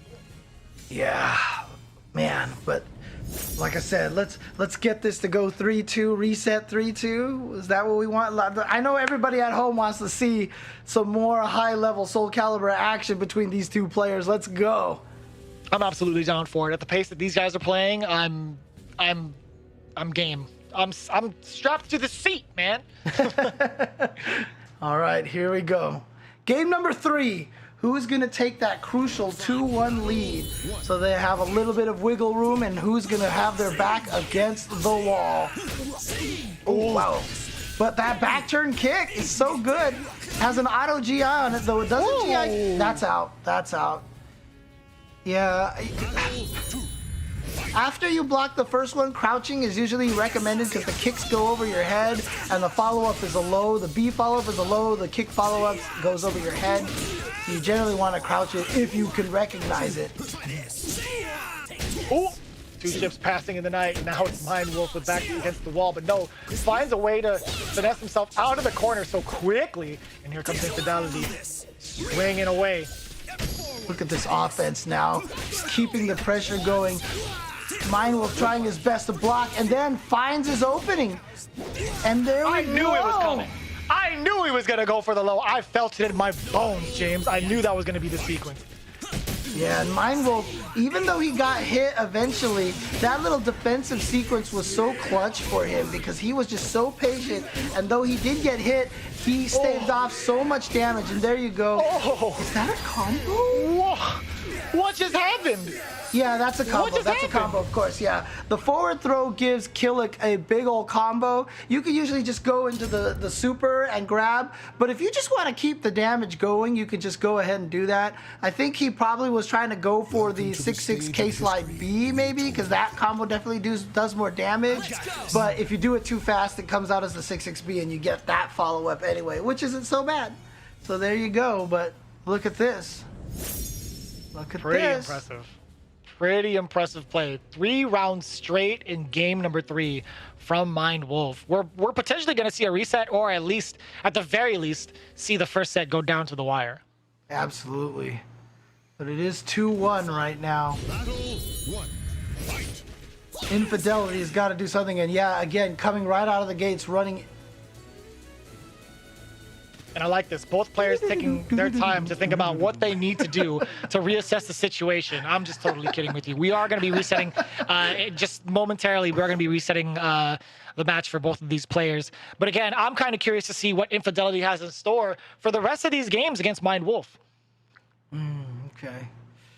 I see. So there is, yeah, if you can hit with the 6-6B high enough out of the air, you do get a rebounce. And according to the chat, that's what he was going for after that forward throw, but didn't quite get it. You have to time it just right. You have to time it just right. But it kills anyway. I mean, it does a lot of damage if you're wrong. Let's just put it that way. There's not a lot of sweat off your back for that situation. But let's see what's going on over here. We'll try to get this match squared away for you guys. But thank you guys for tuning in again. If you want to compete in these events, don't be intimidated by these players. They're all scrubs. You can beat them. Just go and go to compete.playstation.com and you can fight these guys yourself and show them what is. You know, I honestly think, again, this is the best way to kind of improve. You just got to throw yourselves into some of these tournaments instead of just playing online. You know, it's great to have a community behind you, and what better way to find that community than by logging on and going to compete.playstation.com. Again, a lot of the people that I've met that have helped me throughout my course of like playing fighting games was through a community effort, right? Oh, yeah. It's always better to take that journey in a group rather than solo. So again, PlayStation and Sony just doing a fantastic job of bringing the community together, not only for Soulcalibur 6, but also for Ultimate MK11, BlazBlue Cross Tag Battle, as well as Uniclair. So again, a big shout outs to you guys, Sony and production, for also putting it all out there for the fighting game community, putting in the big C for community, because you guys really emphasize that. So big shout outs to everybody as a part of this project. Yeah, and again, you know, shameless plug for myself, but you know, if you just follow me on Twitch I'm totally just doing this.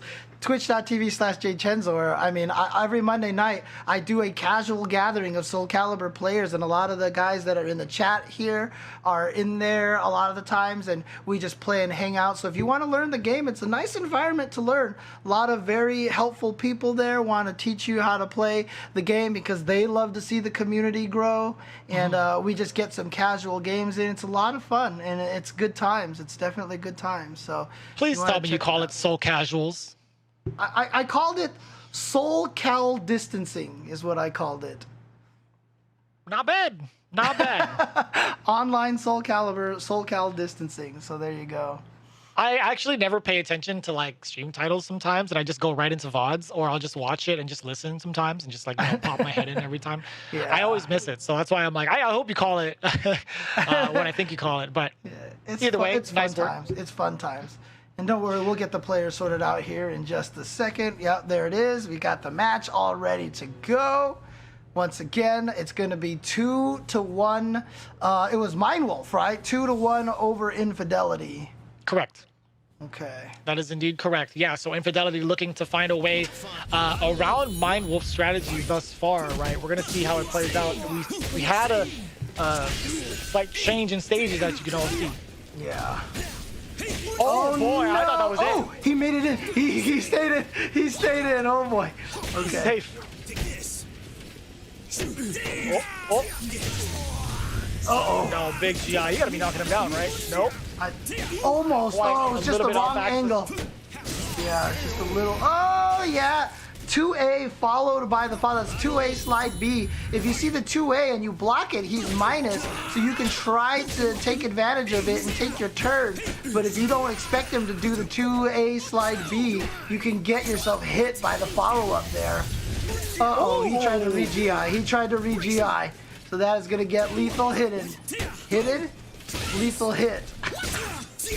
Me fail English? That's impossible. That's impossible. I'm learning. Oh my goodness. Mind Wolf going in there. He's at reset point. Oh, try to send Infidelity to the lower bracket. The poison for eliminate. Ah, there's that tech chase. Oh no. Infidelity getting closer and closer to his demise. He tries. What?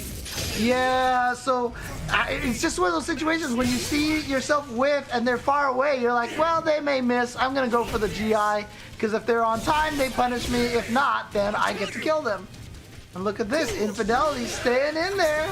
Plus frames. And yeah, catches him with the mid. Mind Wolf crouching to guessing that he was going to go for a quick low attack. Of course, in 3D games like Tekken, Soulcalibur, stand block is what you want to do more often. Look at these tech chases. You see how much life Mind Wolf lost that fast? Drained. Absolutely drained. Infidelity showing a different side of him. He's not going out without a fight. He's making it as close as possible every one of these games. He does not want to reset. Uh-oh, crouch at the last second. Oh, using the chance to activate. Oh, doesn't quite get the ring out there. Not dangerous. Speaking of ring, oh my God, he fumbled him out. Infidelity tying it up. Just one solid kick to the side of the face. I can't believe he got it. I can't believe he clutched it out. That stage change definitely worked out for Infidelity right there, getting those ring out opportunities, coming all the way back. It looked like Mind Wolf was poised to reset the bracket. He was up 2-0 in rounds, and then Infidelity said, nah, I've got this. I've got this. Oh, man. Whew. Very, very impressive. Infidelity hanging in there against Mind Wolf. I told you, man, it's going to be as close as possible. He doesn't want that reset. That's a tough one for Mind Wolf because you feel like you were right there. You could see the end, the finish line for the reset. And when you get that reset, it feels so good because now you're both tied. But now here we go. Infidelity is that tournament game. If Infidelity can win the 3 rounds in this one that he needs, he will be the champion, and now he's going crazy. He's just switching stances in his face with no regard for human life. My God Almighty, he had a family. He had a family, James. Oh no! Not like this, James. Not like this. He took him for a swim. He didn't have his floaties. He wasn't ready.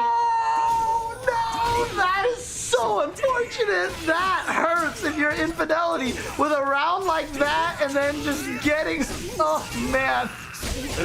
Oh boy. Okay. Oh, what a jump. What a jump to go over that. I can't believe it. I still can't believe it. Mind Wolf, with all the momentum in the world, that has got to crush your soul and your mental so hard. Infidelity's trying to find a recovery point. And the best thing about it is the way he rung him out after he launched it was just like 1A. It was like, doink, and just like pushed him out, nudged him out of there. Just like blowing down like something, just like, and then he just goes right out there. It's just like a tower of cards, just. Yeah. Oh man. All right, here comes Infidelity. Here comes Infidelity. Trying to make this comeback here. Oh, there we go.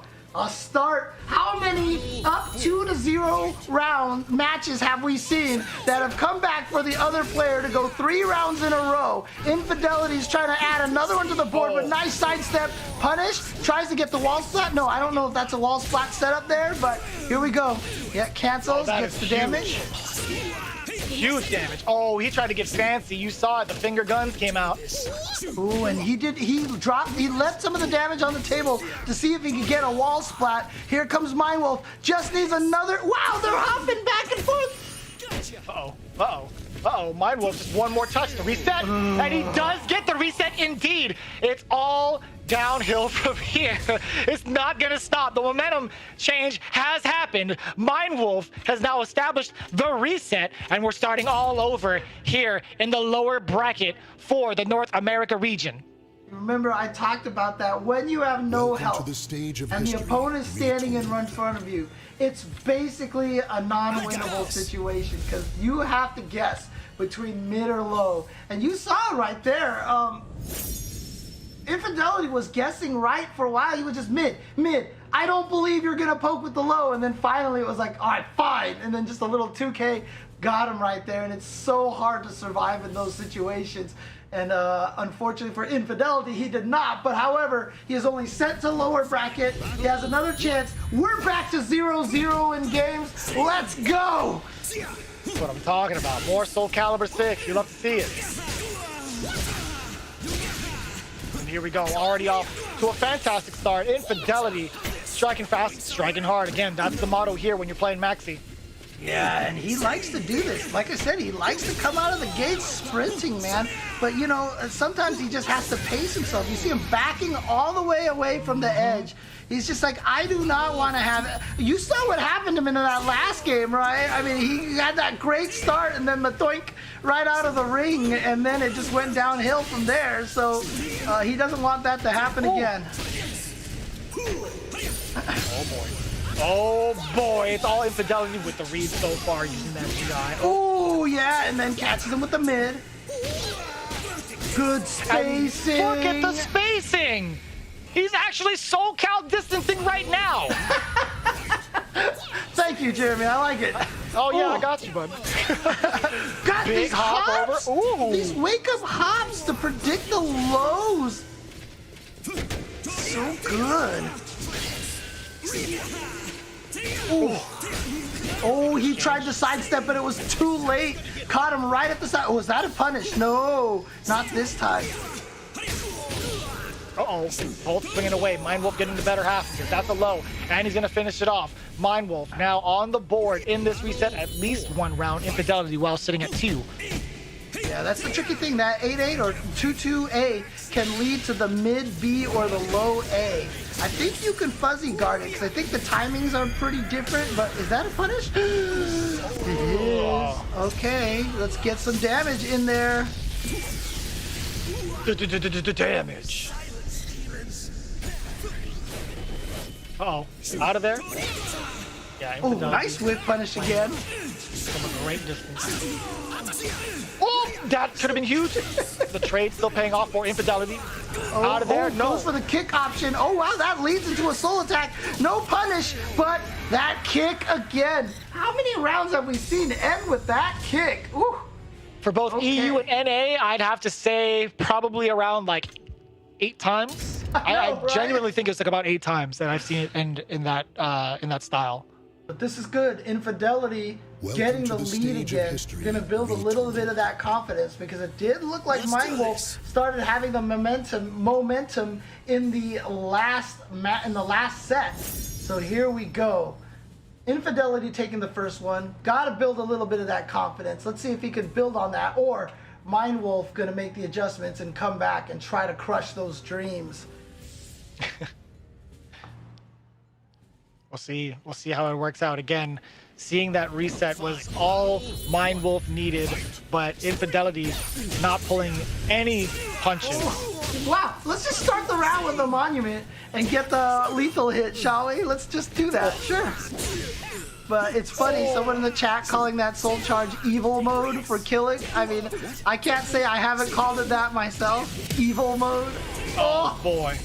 And a perfect to start things off. He didn't even have to Soul Charge and that was evil mode.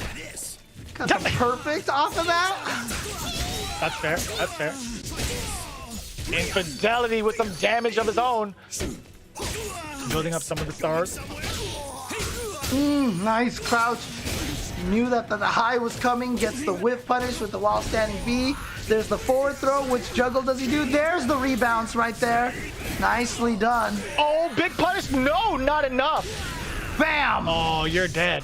You're actually dead. I don't even need to ask. I don't even need to ask. This is guaranteed.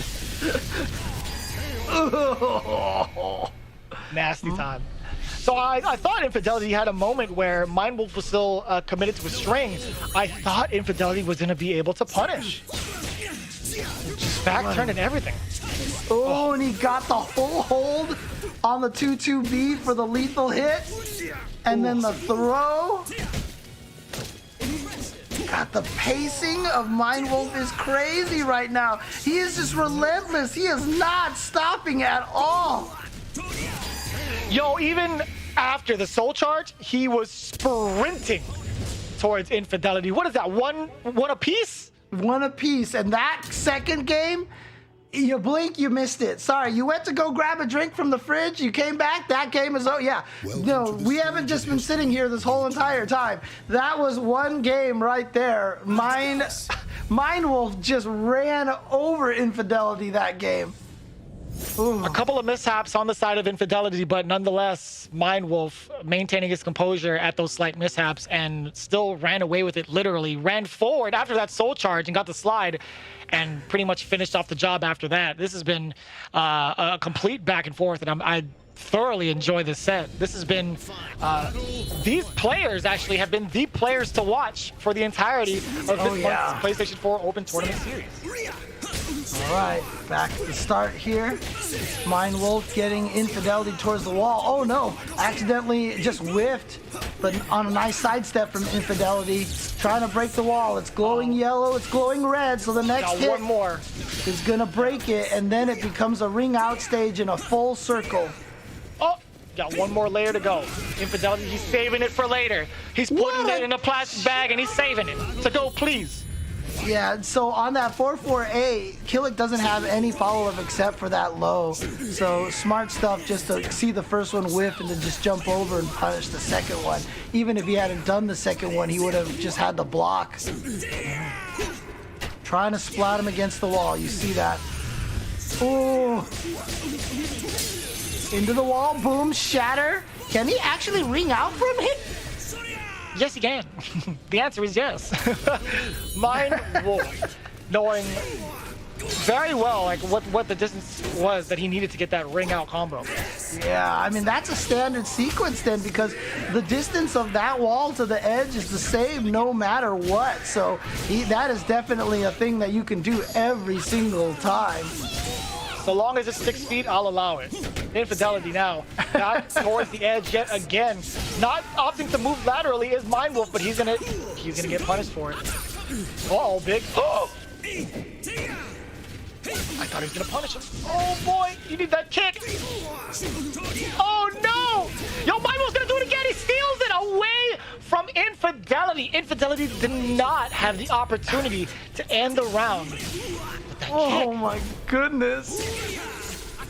This is wild right now. Mindwolf is angry.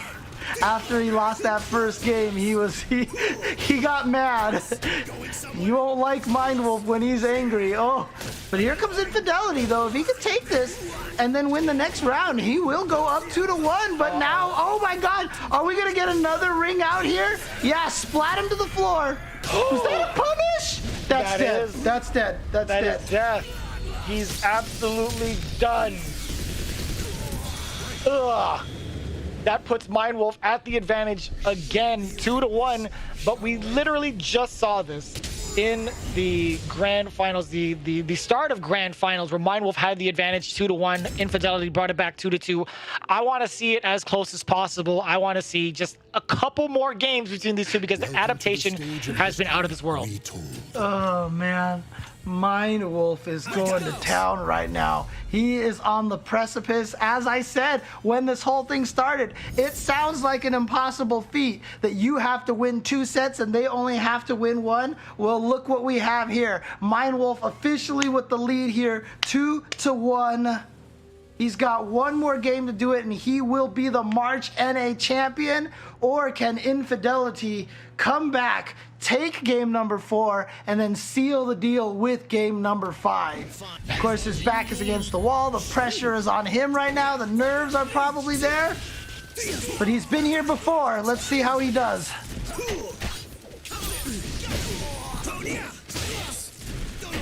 Already off to a great start as Infidelity, but here comes Mind Wolf, that hop, swinging him down. I believe that made it over that attack. All right. I can do this. Oh, the punish again. Oh, Heaven's Guard. And he gets the launch, but he didn't get the kill. Oh, man. If he had dropped that and lost, I don't know. I don't know. Like, that could be enough to break a man. I've seen stuff like that happen in fighting games, and that is enough to break a man's spirit. That would have been just the opening that Mind Wolf needed to pretty much seal out the tournament. But Infidelity now with another shot. Looking to take down round 2 almost immediately. Is this going to be a perfect? No, sir. Mind Wolf has something to say about it. Wall splat as well. Yeah, tech this time around. Good call from Infidelity. Swiping away. And look at this. Infidelity, 1 round away from bringing it to the final game. But we have seen, like I said, these 0-2 comebacks. Side throw. Look at the damage on the side throw. Looked like it hurt. He locked up his arm. Oh, got him. Oh. That damage so fast. Oh. Speaking of damage, opportunity now for Infidelity in the soul charge mode. Very scary character. Is going to try to ring him out. Didn't quite get it, but gets the launch. Look at this damage. Gets another launch. Doesn't kill again. Oh, what a tech. Another great tech, and Infidelity clutches it out. 3 rounds straight, bringing us to the finale. The final game is all tied up 2 apiece. He went for the 1K into the B follow-up. Had that been a counter hit, it would have comboed. To the stage of He history. wanted that kill, but it wasn't, so it was blocked. I believe it's punishable. It might be minus 12 or something like that, minus 14. And that move that Maxi has, that quick lunge attack thing, definitely fast enough to punish that. And so just that clutch tech on the 1A again, and then not getting counter hit by the 1K into B follow-up, and then with the punish, the clutch punish, taking it to the last game. Here we go. Final game, Infidelity, Mind Wolf, let's go. Pushing it to the limit. Both of these players just about to max out their resources. Again, they need to push everything to this game. No punches pulled whatsoever. Mind Wolf looking the at it tech perfect. chase! He got him with the tech chase, and it led to the ring out. Nice. And that's the thing, when he goes into that stance right there, he either does the Ashura dance to catch you for not moving, or he does the A attack to catch you for rolling. It's a 50-50 in that situation. And that 50-50 again led to that perfect Mind Wolf now with a soul charge early. Trying to nullify any offensive opportunities that Infidelity can have. There's a lot of scaling involved. I think he's gonna live. No, he's dead. He's dead. He's dead. Oh, are you kidding me? He's dead. No, he's dead. There was so much life on the side of Mind Wolf and a bunch of hits prior. Are you joking? That thing hurts. And I thought it remember, was that gonna be a sliver of health or something. that thing's damage got nerfed, and Mind Wolf, tournament point. He could take it in any of the next 3 rounds. Infidelity has to win 3 rounds straight. Oh, but he's looking like he's on his way to do it. Catches Mind Wolf midair. Oh, get off me. The Heaven's Guard, but it didn't hit, but doesn't matter. Infidelity with a monster round there to bring it closer to the final game, final round. You gotta do it again. You gotta hit him with it again. Don't let him get away. Oh, this is dangerous. Okay, just falling short of potential. Get away ring from out. that edge. Oh, the edge is scaring me so much. Oh no, he's setting it up. Oh yeah, Soul nice. charge. Soul charge. Back away. Back get away. out of the way of Reposition. those plus frames. That. Oh, I'm surprised that didn't punish in time. Oh, got him with the break attack. No follow up. Tried to bait him into crouching.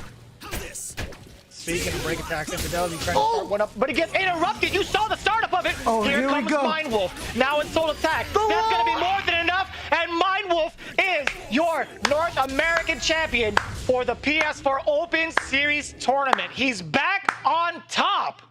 Hashtag Buff Killick. What a performance right there by Mind Wolf with Killick. Nicely done. What a great set from these competitors. And again, losing 3-2 on the winner's side of the bracket in winners finals, then going to the lower bracket and then getting the reset at 3-2. Actually, I think the reset was 3-1, and then eventually it was 3-2. Actually, it was 3-2. You're right. You're right. So it was 3-2, 3-2, 3-2. It was 3-2, 3-2, 3-2. Every single set that they played. That is the level of caliber that we want to see, and that is the level of caliber that these players have given you guys at home for entertainment. And are you not entertained? This will suffice. This will do. This will definitely do. Oh man, he set him off the deep end without floaties. That's disrespect. That's so much disrespect. This set is one for the books. Honestly, I hope you guys do a full, thorough recap of this finale, this extravagant finale between these two very talented players. Again, Mind Wolf repeating what he did in January, except with the roles reversed, right? He got reset on before, and now he's the one doing all the resetting and actually taking it down against Infidelity. No better way to call it. Again, Mind Wolf, your North American Series champion, yet again. That round was crazy, that clutch win by Infidelity, but then in the end, 1A takes it for Killick, for Mind Wolf, and yeah, he's going home with that $400. You can see that. Look at that. 3-2, 3-2, 3-2. The difference between these players in number of games won was that's 8 versus 7. It's 8-7 in games between them. Like, I would watch a 1st to 50 between these two. That was amazing, dude. That was amazing. This is some of the most inspirational Soulcalibur that I've witnessed in a very, very long time, honestly, from both ends, right? NA and EU. Not only for Soulcalibur, but you could also probably experience that. You will experience that with some of the other games they have in mind. Again, join the fight at compete.playstation.com to check out Ultimate Mortal Kombat 11. You see the weekly tournament dates that round up to the monthly finals. Blaze Blue Cross Tag Battle, doing the same thing, throwing it down May 6th. Under Night In Birth for Uniclair, happening May 3rd. And again, you all just witnessed greatness in Soulcalibur 6 for the North America region.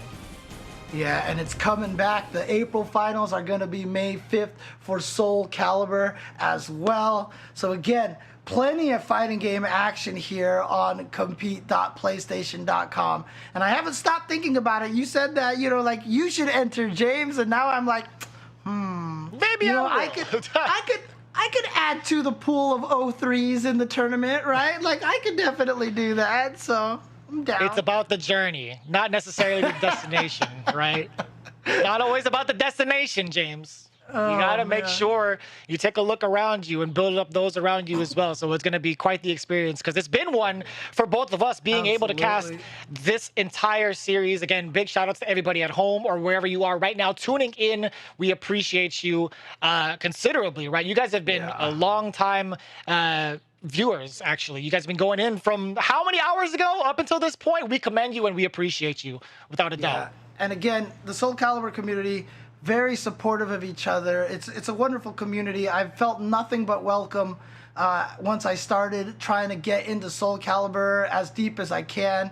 A lot of wonderful people here. So if it's one of those communities that you want to come and try to join in there, absolutely hit up a lot of the Soulcalibur players out there. They are all willing to help you, and the game is fun. It makes you feel good when you play it, because you just get some of those hits and you feel like a boss. It's a very good game to learn by feel. You play the game and you just get a feel of how the game works. It is a joy to play. So if you guys do have the opportunity to try the game out, please do. Absolutely. Take advantage of that. Got to make sure to brush up on Soulcalibur as well as the other games that PlayStation has to offer. Again, compete.playstation.com to sign up and be a part of that community as well. In the meantime, my name is Vicious, back at it again with James Chen, and you guys just experienced the PlayStation 4 Open Series tournament for Soulcalibur 6. That pretty much does it for me, James. How about you? That's good for me. I mean, no better way to close out the day than a match like that. Congratulations to all the competitors again, and we'll see you guys in the next coming weeks for more Soulcalibur action here on the PS4 Open Tournament Series.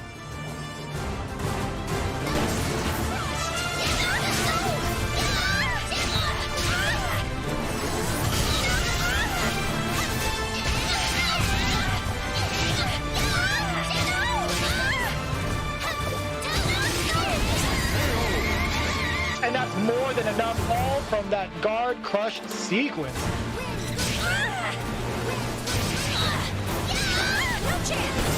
Crushed!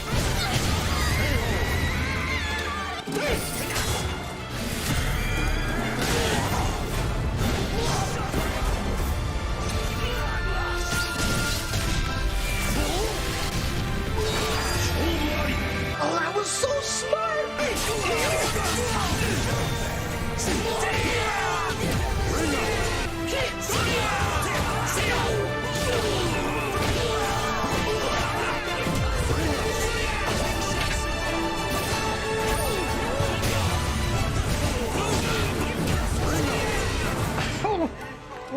Was that 3 in a row? I don't even know.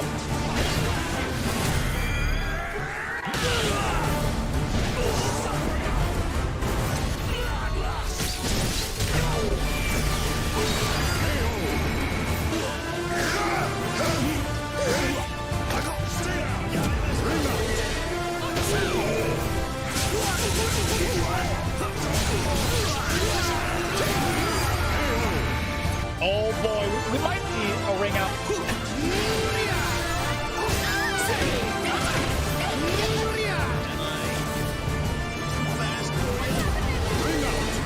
Yeah, we're gonna see a ring out.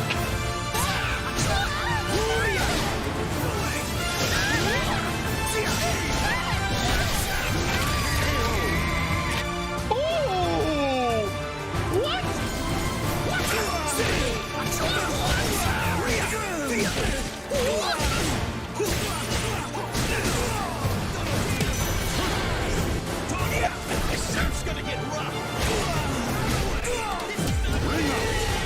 No way! The tip of the nunchuck!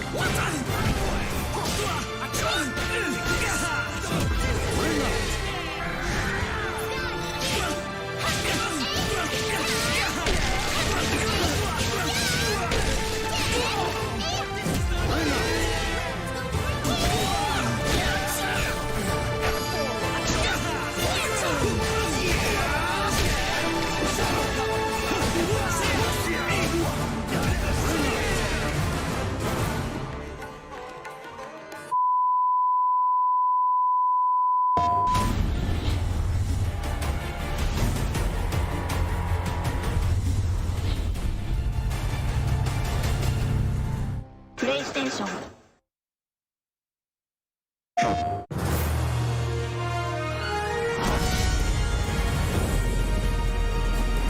Let's cut right to it.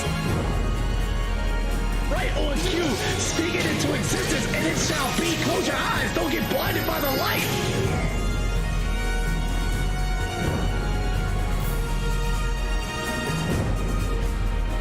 Primal, 2 touches, and there it is, tournament champion.